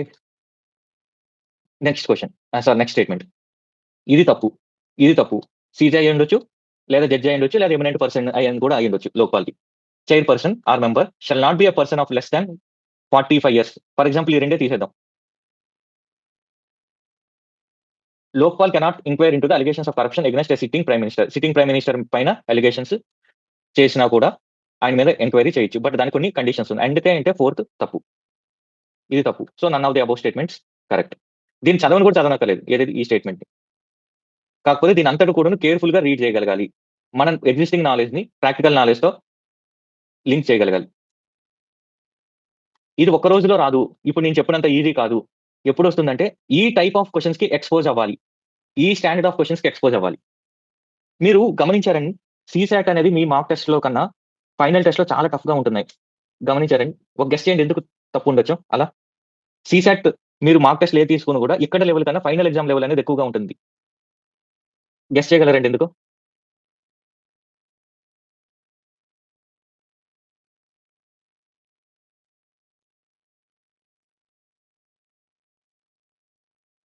మీరు చాలా ఇన్స్టిట్యూట్ లో సీసాట్ తీసుకొని ఉంటారు. ఎందుకంటే ఒక సీసాట్ మీద క్వశ్చన్ కి ఇచ్చేది ఒక ఎవరైతే పేపర్ సెట్ చేస్తారో వాళ్ళకి చాలా తక్కువ ఇస్తారు సీసాట్ సెట్టింగ్ కి. అందువల్ల వాళ్ళంతా అప్లికేషన్ పెట్టి చేయరు. ఇంకోటి ఇచ్చేది కూడా ఫ్యాకల్టీ వాళ్ళకి, టాప్ ఫ్యాకల్టీకి ఎవరు నార్మల్ వాళ్ళకి ఇస్తారు. కానీ ఫైనల్ ఎగ్జామ్కి ఇచ్చేటప్పటికి క్యాట్ కి వాటికి సెట్ చేసే వాళ్ళని ఇస్తారు, క్యాట్ ప్రొఫెసర్స్ ని. అందుకని సీసాట్ క్వశ్చన్స్ చాలా మంది క్యాట్ క్వశ్చన్స్ తో రిలేటెడ్ ఉంటాయి. ఇంకోటి ఇది వచ్చింది కాబట్టి సీసాట్ లో చెప్తున్నాను, ఒకే ఒక ప్రిన్సిపల్ పాటిస్తే మీ సీసాట్ అనేది ఈజీగా క్లియర్ అవుతుంది. సీసాట్ లో ఏం చేస్తున్నాడంటే 10th స్టాండర్డ్ పైన అన్నాడు, 10th స్టాండర్డ్ పైన అన్నాడు. మనకు కావాల్సింది 68 అనుకుందాం. ఏం చేస్తున్నాడంటే ఈ 10th స్టాండర్డ్ అయ్యాల్సిన క్వశ్చన్ ని కరెక్ట్ గా 68 to 70 వచ్చే వరకు ఇస్తున్నాడు. సో ఓవరాల్ పేపర్ లో ఒక 70 ఈజీ క్వశ్చన్స్ వస్తున్నాయి. అంటే నేను 70 మార్క్స్ రాగలిగే ఈజీ క్వశ్చన్స్ వస్తున్నాయి. కాకపోతే అది ఎలా ఇస్తున్నాడంటే 1, 2, 3, 4 టఫ్ ఇచ్చి 5 ఈజీ ఇస్తాడు. మళ్ళీ 6, 7, 8 టఫ్ ఇచ్చి ఒకటి ఈజీ ఇస్తున్నాడు. మనం చేయాల్సింది ఏంటంటే ఈ క్వశ్చన్ కష్టం అని తెలిసిన వెంటనే దాన్ని స్కిప్ చేయగలగాలి. ఆ డెసిషన్ కొన్ని సెకండ్స్ లో తీసుకునేటట్టు ఉండాలి. అంతే తప్ప ఆ క్వశ్చన్ నేను సాల్వ్ చేస్తాను, సాల్వ్ చేసిన తర్వాత 2-3 minutes వేస్ట్ చేసుకుంటానంటే పనికిరాదు. ఈజియెస్ట్ క్వశ్చన్ ఏదో పిక్ చేసుకుంటే ఆ క్వశ్చన్ నే మనం చేయగలుగుతాం. నేను చెప్పాను కదా, నేను సీసెట్లు ఎందుకు చెప్తున్నానంటే ఒక 2 పేపర్స్ లో ఈజీ క్వశ్చన్స్ ఉన్నాయి. నేను అది ఓపెన్ కూడా చేయలేదు. నేను అది ఓపెన్ కూడా చేయలేదు. అది అసలు ఒకవేళ నాకు వేరే సెట్ వచ్చి నేను ముందు ఓపెన్ చేస్తుంటే ఆ ప్రాబ్లం ఉండేది కాదు నాకు. ఆ మిస్టేక్ మీరు చేయకూడదు. అసలు క్వశ్చన్ చూడగానే ఇది టఫ్, ఇది నేను ఎప్పుడు ప్రాక్టీస్ చేయలేదు, ఇది నాకు రాదు అని వదిలేసి వెళ్ళిపోవాలి. అలా ఎవరైతే చేయగలిగి నెంబర్ ఆఫ్ క్వశ్చన్స్ ఎక్కువ పెట్టగలుగుతారో వాళ్ళ సీసాట్ క్లియర్ అవుతుంది. ఇంకోటి సీసాట్ లో నెంబర్ ఆఫ్ క్వశ్చన్స్ ఎక్కువ పెట్టగలగాలి. ఇంకోటి కొన్ని టెక్నిక్స్ తెలియాలి. ఇప్పుడు ప్యాసేజ్ లో కూడా అజంప్షన్స్ బేస్డ్ క్వశ్చన్స్ ని టచ్ చేయకూడదు.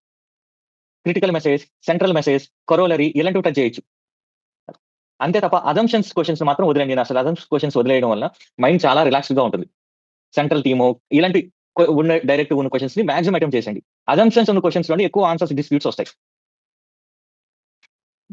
ఇది చూడండి నెక్స్ట్ క్వశ్చన్. పార్డనింగ్ పవర్ అడిగాడు. పార్డనింగ్ పవర్ అనేది వరుసగా న్యూస్ లో ఉంది. బిల్కిస్ బానో కేసులో కానీ, రాజీవ్ గాంధీ కేసులో కానీ, ఇవన్నీ కూడా. The exercise of this power by president can be subjected to limited judicial review. అవును, సుప్రీంకోర్టుకి వెళ్ళారు. ఈవెన్ బిల్కిస్ బానో కేసులో కానీ, మన రాజీవ్ గాంధీ కేసులో కానీ సుప్రీంకోర్టుకి వెళ్ళారు అని మీరు న్యూస్ లో చదువుంటారు. అంటే జ్యుడిషియల్ రివ్యూ ఉంటేనే కదా సుప్రీంకోర్టుకి వెళ్ళారు అని మనకు వెంటనే తట్టాలి. 2, president can exercise this power without advice of central government. మనకు ప్రెసిడెంట్ గురించి ఇందాకే చెప్పాను చూడండి, కాన్స్టిట్యూషనల్ గా ఏం డిస్క్రిషనరీ పవర్ లేదు, ఎయిడ్ అండ్ అడ్వైజ్ బట్టి పనిచేయాలి. సో అక్కడే ఆల్రెడీ అడిగిన సేమ్ టాపిక్ ఇక్కడ కూడా అడిగాడు. వితౌట్ అనేది తప్పు, ఇది తప్పు, 1 ఒకటే రైట్. అర్థమవుతుందండి? సో లాస్ట్ ఇయర్ రాసిన వాళ్ళు ఈ క్వశ్చన్స్ లో ఏదైనా మిస్టేక్ చేసి వాళ్ళు ఇలా తప్పు చేశాను ఎవరైనా ఉంటే దాన్ని ఒకసారి రెస్పాండ్ అవ్వండి. ఇప్పటి వరకు ఆయన క్వశ్చన్ ఇది నేను తప్పు చదివాను అని. సో దట్ వేరే వాళ్ళు ఆ మిస్టేక్ చేయకుండా ఉంటారు. మీలో last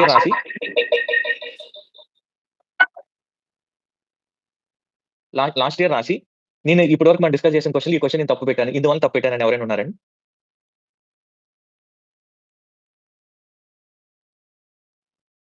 okay. If any question, next question, if any question arises as to whether a, చూడండి ఇక్కడ కూడా member of the house of the people, ఇవన్నీ కూడాను లోక్సభ ఎంపీ బ్రాకెట్ లో ఎల్ఎస్ అని పెట్టుకోండి. has become subject to disqualification under 10th schedule, the president decision in accordance with the opinion of the council of ministers shall be final. ఈ simple question ఇది. Anti defection లాని ఎవరు decide చేస్తారు? Speaker. President rule ఏముంది? ఏమీ లేదు. తప్పు. There is no mention of the word political party in the constitution of India. Earlier గా లేదు. యాంటీ డిఫెక్షన్ లా వచ్చినప్పుడు మెజర్స్ గురించి మాట్లాడింది కదా, అంటే పొలిటికల్ పార్టీ గురించి ఉంది కదా. నో మెన్షన్ అంటున్నాడు, తప్పు. So neither 1 and 2. ఇంకోటి ఏంటంటే పాలిటీలో షెడ్యూల్స్ గురించి ఒక క్వశ్చన్ అడుగుతాడు. ఒక క్వశ్చన్ ఫండమెంటల్ రైట్స్ గురించి పక్కా. ప్రెసిడెంట్ వీళ్ళ గురించి ఒకటి. ఇయర్ వైస్ ప్రెసిడెంట్ గురించి అడుగుతాడు next year. Vice president elections, resignation ఇది ఉంది. ఇన్స్టిట్యూషన్స్, ఎలక్షన్ కమిషన్ ఇలాంటి కాన్స్టిట్యూషనల్ ఇన్స్టిట్యూషన్ గురించి ఒకటి అడుగుతాడు. లేదా ఆ ఇయర్ న్యూస్ లో ఉన్న కాన్స్టిట్యూషనల్ బాడీ గురించి అడుగుతాడు. సో ఎక్కువ కరెంట్ అఫైర్స్ బేస్డ్ పాలిటీలో. చూడండి ఇది. Consider the following statements. In India state governments have no power for making rules for grant of concessions in respect of extraction of minor minerals even though such minerals are located in their territories. ఇది చూడండి అసలు ఇది ఎంత waste statement. ఏదైనా mineral ఏదో ఒక state లో ఉండాల్సింది, అది మేజరా మైనర్ అనేది. ఇండియాలో భాగమే కదా. India is nothing but states. యూటీని తీసేస్తే జస్ట్ కన్ఫ్యూజ్ చేయడానికి అది ఇచ్చింది. ఇంకోటి చూడండి, ఇక్కడ మైనర్ మినరల్స్ అనగానే శాండ్ అనేది ఒక మైనర్ మినరల్. ఇది బేసిక్. ఇది శాండ్ స్కామ్ జరిగింది లాస్ట్ టైం అది ఇదని ఆంధ్రప్రదేశ్ అని చెప్పారు. అంటే రూల్ పెట్టింది ఎవరు? ఏపీ గవర్నమెంటే కదా. అంటే స్టేట్ పవర్ ఉంది కదా రూల్స్ ఫామ్ చేయడానికి, అప్పుడే కదా ఇది వస్తుందని రోజు మన న్యూస్ లో చూస్తుంటాం కదా. సో నో పవర్ అంటున్నాడు ఏంటి? తప్పు. సో మనకి మినరల్స్ తెలీదు, ఎంఎండిఆర్ యాక్ట్ గురించే తెలియదు అనుకుందాం. ఎంఎండిఆర్ యాక్ట్ గురించి తెలియకపోయినా బేసిక్ ఇది మైనర్ మినరల్ అంటే శాండ్, ఈ క్వారీలు ఇవన్నీ కూడాను. సో ఇది తప్పు. ఇది ఒకటి ఎలిమినేట్ చేసినప్పుడు ఈ క్వశ్చన్ అటెంప్ట్ చేయాలి. In India the central government has the power to notify minor minerals under relevant law అంటే ఎంఎండిఆర్ యాక్ట్ అనే సెంట్రల్ గవర్నమెంట్ నోటిఫై చేస్తుంది ఏదైతే మైనర్ మినరల్. అది రైట్. అది ఒకవేళ ఇది మీకు తెలియకపోయినా కూడా ఈ క్వశ్చన్ అటెంప్ట్ చేయాలి. ఇది తెలియకపోయినా కూడా ఈ క్వశ్చన్ అటెంప్ట్ చేయాలి. ప్రాబిలిటీ అనేది 50% ప్రాబిలిటీ ఉంటుంది మీకు. సో 50% ప్రాబిలిటీ రైట్ అవ్వడానికి ఉండేటప్పుడు ఆ క్వశ్చన్ ని ఎట్టి పరిస్థితుల్లో వదిలేయకూడదు. Each one which of the following statements is correct in respect of the statement. So అదే ఆ క్వశ్చన్ కాదు. నెక్స్ట్ క్వశ్చన్కి వెళ్దాం. With reference to India consider the following bodies. ఇది చాలా easy question. Inter state council, national security council, zonal council. ఇది reorganisation తర్వాత form అయింది. ఇంటర్ స్టేట్ కౌన్సిల్ ఒకటే కదా 262 ప్రకారం ఫామ్ అయ్యేది. సో బేసిక్ ఫండమెంటల్ క్వశ్చన్ అది. లాస్ట్ ఇయర్ పాలిటీ, హిస్టరీ ఇవన్నీ కూడా చాలా ఈజీగా ఉంది. వాటిలో మిస్టేక్స్ చేయకపోవడం వల్లనే మనం క్లియర్ కాకుండా ఉంటున్నాం. ఈ next question. Constitution of India explicitly mention situations where the governor of a state can act in his her discretion. ఇది రిపీట్ అయింది క్వశ్చన్, కాపీ పేస్ట్ లో రిపీట్ చేసి. ఇది బేసిక్ క్వశ్చన్ అయితే. ఇది separation of judiciary from the executive 50 article 50 DPSP. Valuing and preserving the rich heritage fundamental duty 51H I think, నాకు correct గుర్తులేదు అది. 51AH అనుకుంటా. Prohibition of employment of children below age of 14 years. Easy question అది. All 3. Consider the following statements regarding schedule areas under the 5th schedule. ఇది expected question. ఇది 5th schedule నుంచి. ఈ 5th schedule ఏమేమి states ఉన్నాయో మీకు తెలుసు. ఏఎం టీఎం స్టేట్స్ అంటారు. AM TM states. చెప్పండి ఏఎం టీఎం స్టేట్స్ ఏవేవో.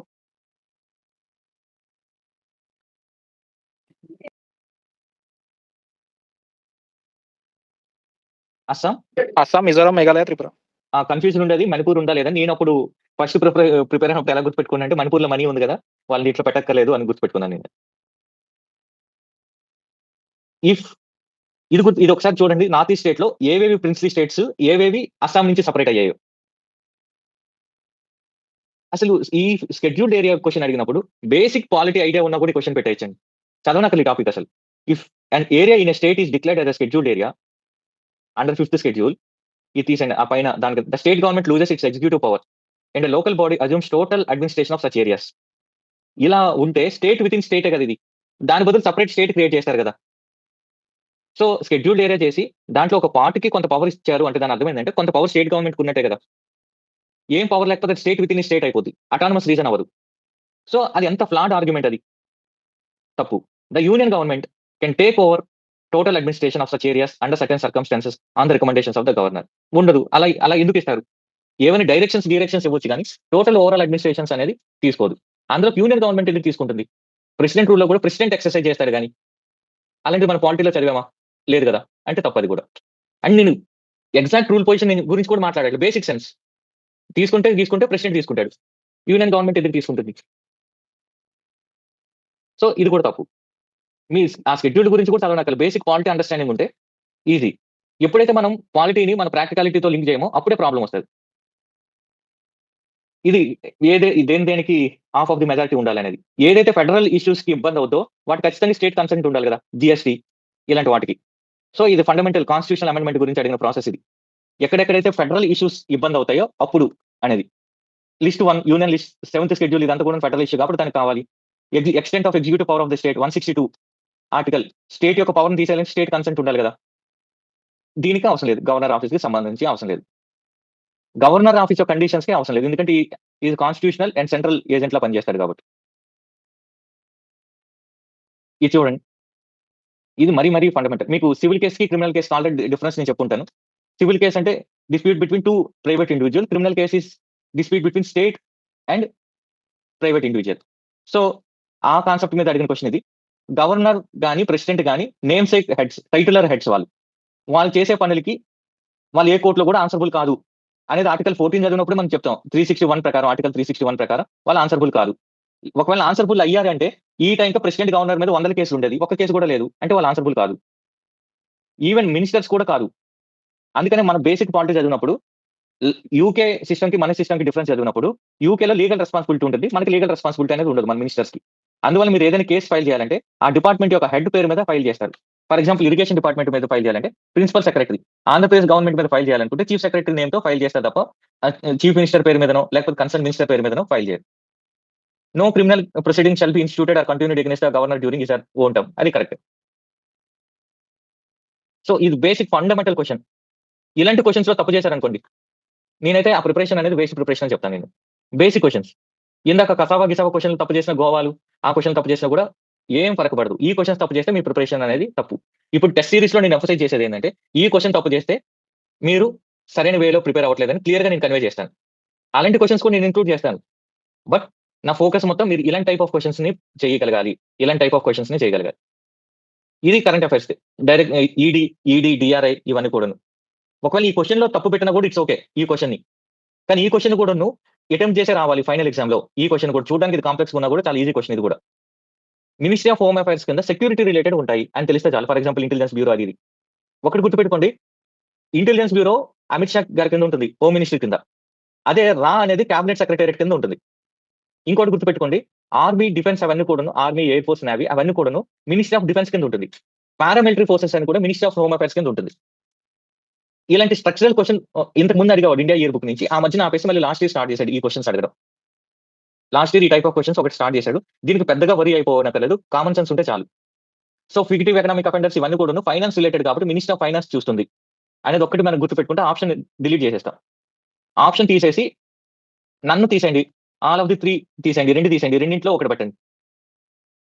రిస్క్ తీసుకోవాలి, లక్ ఫేవర్స్ రిస్క్ టేకర్స్. ఒక్క నిమిషం, నా స్క్రీన్ స్ట్రక్ అయింది. Luck favours risk takers. Risk తీసుకోకపోతే మనకి ఏమి ఉండదు.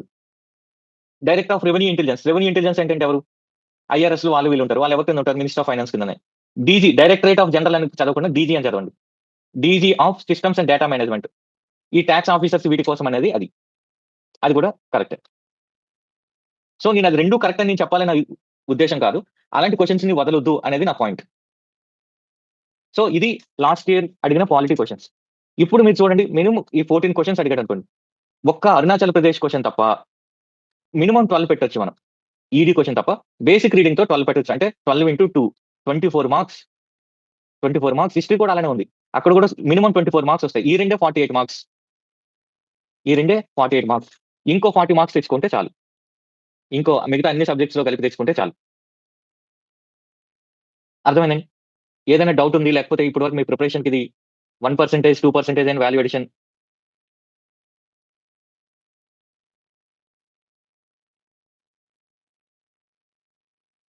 హనుమాన్ మీకు అర్థమైందండి? ఒకసారి కూడా మీరు మాట్లాడలేదు. మాట్లాడకపోతే ఓకే, నాకు అప్పుడు మ్యూట్ లో ఉండే అనుకుంటా. సో ఏమైనా ఇది మీకు ఇంప్రూవ్మెంట్ కి ఏమైనా 1% అయినా? అవును సార్. ఒక్క నిమిషం.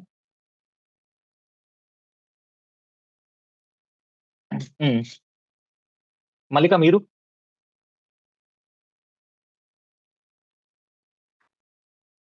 సార్ మీకు ఏమైనా యూజ్ అయింది లేకపోతే? ఎస్ సార్, నేను పక్కన లాస్ట్ ఇయర్ పేపర్ పెట్టుకొని చూసుకుంటాను సార్ ఎక్కడెక్కడ మిస్టేక్స్ చేసి. గుడ్. మానస మీరు వెళ్ళొచ్చండి, ఒక నిమిషం ఇంటరప్షన్ కి మీరు వెళ్ళొచ్చు. యా, మీరు లాస్ట్ టైం చేసిన మిస్టేక్స్ దీనికి ఏమైనా ఈ ఎలిమినేషన్ టెక్నిక్స్ ఏమైనా యూజ్ అవుతాయండి? ఎస్ సార్, పాలిటీ వరకు అంత మిస్టేక్స్ ఏం చేయలేదు సార్. ఒక 2 Okay. క్వశ్చన్స్ మిగిలినవి యూజ్ అయ్యాయి సార్, అప్లై చేశాను. Okay, good. నందన్ మీరు?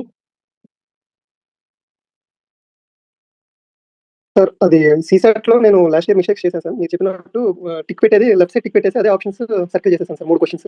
అది నాకు ఓకే. దగ్గర 10 మార్క్స్ కాస్ట్ అయిపోయింది. అవును. అది బ్లండర్ అది. ఇంకోటి సార్ సీసెట్‌లో మనం ఈజీ క్వెషన్‌కే వెళ్ళాలసలు. సార్. ఆ ప్యాసేజెస్ కూడాను అజంప్షన్స్ ప్యాసేజెస్ వదిలేసాను సార్. మీరు చెప్పినట్టు అజంప్షన్స్ నేను హ్మ్. చేయలేదు సార్. ఏదో ఒకటో రెండో పెట్టాను అజంప్షన్స్ మిగిలినవన్నీ వదిలేసాను. క్రిటికల్ ఇన్ఫరెన్స్ అయ్యే పెట్టేవాడిని. అవును. అదే పెట్టాలి అసలు. కానీ మరి నాకు ఈ మీ తప్పు దిద్దేయడం వల్ల నేను కాస్ట్ అయిపోయింది సార్ నా ఐటెమ్ అది. ఇంకోటి ప్యాసేజెస్‌లో కూడా ఫిలాసాఫికల్ ప్యాసేజెస్ ఉంటాయి కదా! అవి చదవద్దు. Okay sir. అది 1 ఆర్ 2 స్టేట్‌మెంట్ చదవగానే ఆ ఫిలాసఫీ అనిపించిందంటే వదిలేయండి దాన్ని. ఓకే ఎక్కువగా sir. Climate change, food, environment ఇలాంటివి అడుగుతారు కదా! సార్. అవే పెట్టండి అది. ఓకే. ఇంకో క్వెషన్స్‌లో కూడా నంబర్ సిస్టమ్‌లో బాగా నంబర్ సిస్టమ్‌ని చూడండి. నంబర్ సిస్టమ్ నుంచి కొన్ని ఏమవుద్దంటే క్వెషన్ ఈజీగా ఇస్తాడు. ఒక ఇయర్ మీరు ఎక్స్‌పీరియన్స్‌డ్ కాబట్టి మీకు ఆల్రెడీ తెలిసుంటుంది. వాడు ఫర్ ఎగ్జాంపుల్ 700 నుంచి 1000లో ఎన్ని 5స్ రిపీట్ అయ్యాయని అంటాడు. Yes sir. అలాంటి క్వెషన్స్ చేయకూడదు అసలు. ఓకే. దానికి 4, 5 మినిట్స్ టైం వేస్ట్ అది. మనం ప్రతిదీ వేయాలి కదా! 505లు, ఓకే సార్. 705లు అవన్నీ కూడాను. ఒకవేళ దాంట్లో ట్రిక్ ఉంటే మనం చేయాలి తప్ప మాన్యువల్‌గా చేసేది ఏది చేయకూడదు. Okay sir. సో అలాంటి క్వెషన్స్ క్యాట్‌లో నుంచి వాడు అడిగేస్తున్నాడు అది. ఓకే. అది పెద్ద ప్రాబ్లమ్ అవుతుంది అది క్యాట్ క్వెషన్స్‌ని అడగడం. సో నంబర్ సిస్టమ్‌లో చదవడంతో పాటు ఏ క్వెషన్స్‌ని ఇప్పుడు వర్క్ టైమ్ డిస్టెన్స్ ఇవి ఉంటాయి కదా! ఈ క్వెషన్స్‌ని ఎట్టి పరిస్థితుల్లో సాల్వ్ చేయాలి స్పీడ్‌గా. Okay sir. అది. సో మీకు జీఎస్ ఏం ప్రాబ్లమ్ లేదు. అంత ప్రాబ్లమ్ మనం రాలేదు సార్. లేదు. అవును. మీరు చెప్పినట్టు ఇంచుమించుగా చేశాను సార్. ఎలిమినేషన్ కూడా అలాగే ఆలోచించి చేశాను సార్ చాలా వరకు. గుడ్. కానీ ఇయర్ లైట్ తీసుకోవద్దు. ప్రిలిమినరీ ఎప్పుడైనా కూడాను మనకు షాక్ ఇస్తది అది. వర్కింగ్ ప్రొఫెషనల్స్ ఇంకా మీరు వర్కింగ్ కాబట్టి అసలు లైట్ తీసుకోవద్దు. 1% ఛాన్స్ కూడా. సార్. 1 ఎందుకంటే 2017లో చూస్తే కరెంట్ అఫైర్స్ ఎక్కువ అడిగాడు. కరెంట్ అఫైర్స్ అడగడంతో పాటు స్కీమ్స్ ఎక్కువ అడిగాడు ఆ ఇయర్‌లో. ఒక ఇయర్ బౌన్సర్ లాంటిది అది. సో అలాంటి పేపర్ కూడా మనం రెడీగా ఉండాలి. Okay sir. ఆ ఇయర్‌లోనే ఎక్కువ అడిగింది స్కీమ్స్ యొక్క ఆబ్జెక్టివ్స్ అది ఇది. అందుకే నెక్స్ట్ ఇయర్ నుంచి మీరు ఎక్కువ మార్క్ టెస్ట్‌లు చూస్తే ప్రతి స్కీమ్ యొక్క ఫీచర్స్ అడగడం అవి ఇవి అడగడం స్టార్ట్ చేశారు ఆ ఇయర్ నుంచి. Okay sir. అందువల్ల అసలు లైట్ తీసుకోవద్దు మీరు. అలాగే సార్. సుమశ్రీ మీరు? ఓకే. Study hall. శిరీష మీరు?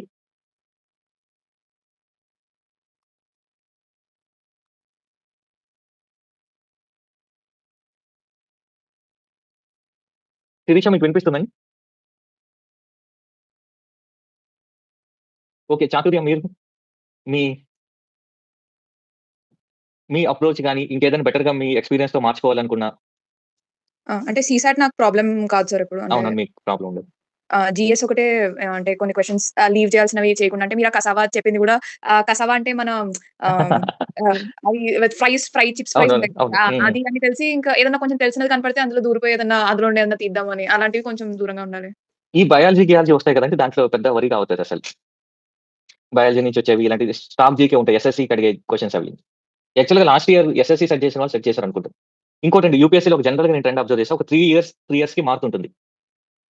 క్వెషన్ అడిగే ట్రెండ్. ఎందుకంటే వాళ్ళు ఒక ప్యానెల్ ఉంటుంది. ఆ ప్యానెల్‌ని మారుస్తుంటారు.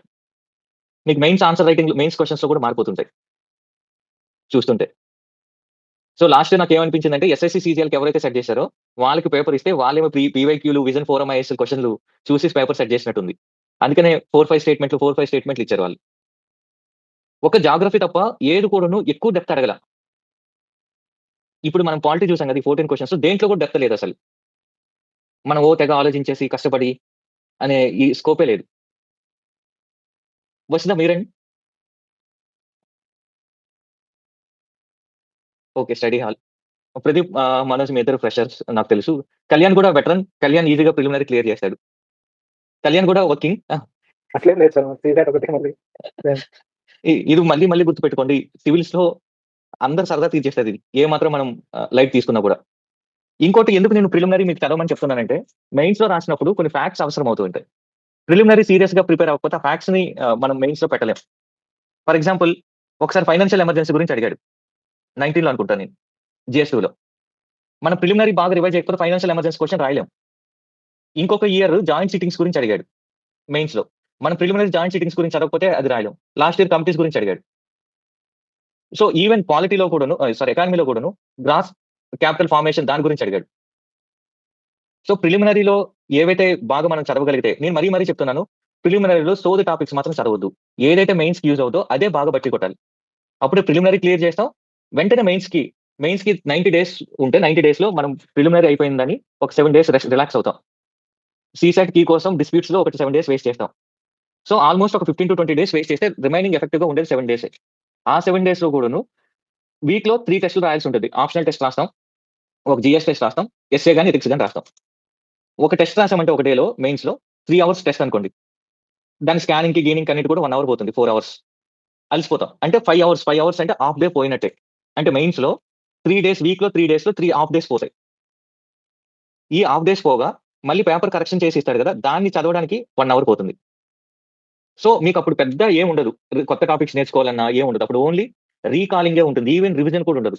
అందుకని నేను చెప్తాను, డిసెంబర్కి అయ్యేటప్పటికి ప్రిలిమినరీ మెయిన్స్ అయిపోయి ఉండాలి, 2 అయిపోయి ఉండాలి. డిసెంబర్ నుంచి రివిజన్ ఉండాలి. కొన్ని సోది టాపిక్లు ఏవైతే ప్రిలిమినరీకి అవసరం అవుతాయో, ఈవెన్ హిస్టరీలో కూడా ఇవి ఉంటాయి, డాన్స్లు, ఫోక్ డాన్స్లు, గీక్ డాన్స్లు, ఇవన్నీ కూడా అలాంటివి చదవడం. ఎన్విరాన్మెంట్లో ఇంటర్నేషనల్ ఆర్గనైజేషన్స్ ఇవి చదవడం ఉండాలి అంతే. అప్పుడు రివిజన్ ఉండాలి. మళ్ళీ రీకాలింగ్, మెయిన్స్ టైంలో ఓన్లీ రీకాలింగ్, రైటింగ్ ఉండాలి. ఈ 4 ఇప్పుడు కూడా గుర్తుపెట్టుకోండి మీరు. లేదంటే మన ప్రిపరేషన్ అనేది డైరెక్షన్ లెస్ అయిపోతుంది. సో ఒకవేళ నేను ఎవరైనా మర్చిపోయినా కూడా వాళ్ళు రెస్పాండ్ అవ్వచ్చు. ఈ లిస్ట్ చూసే పిలిచాను.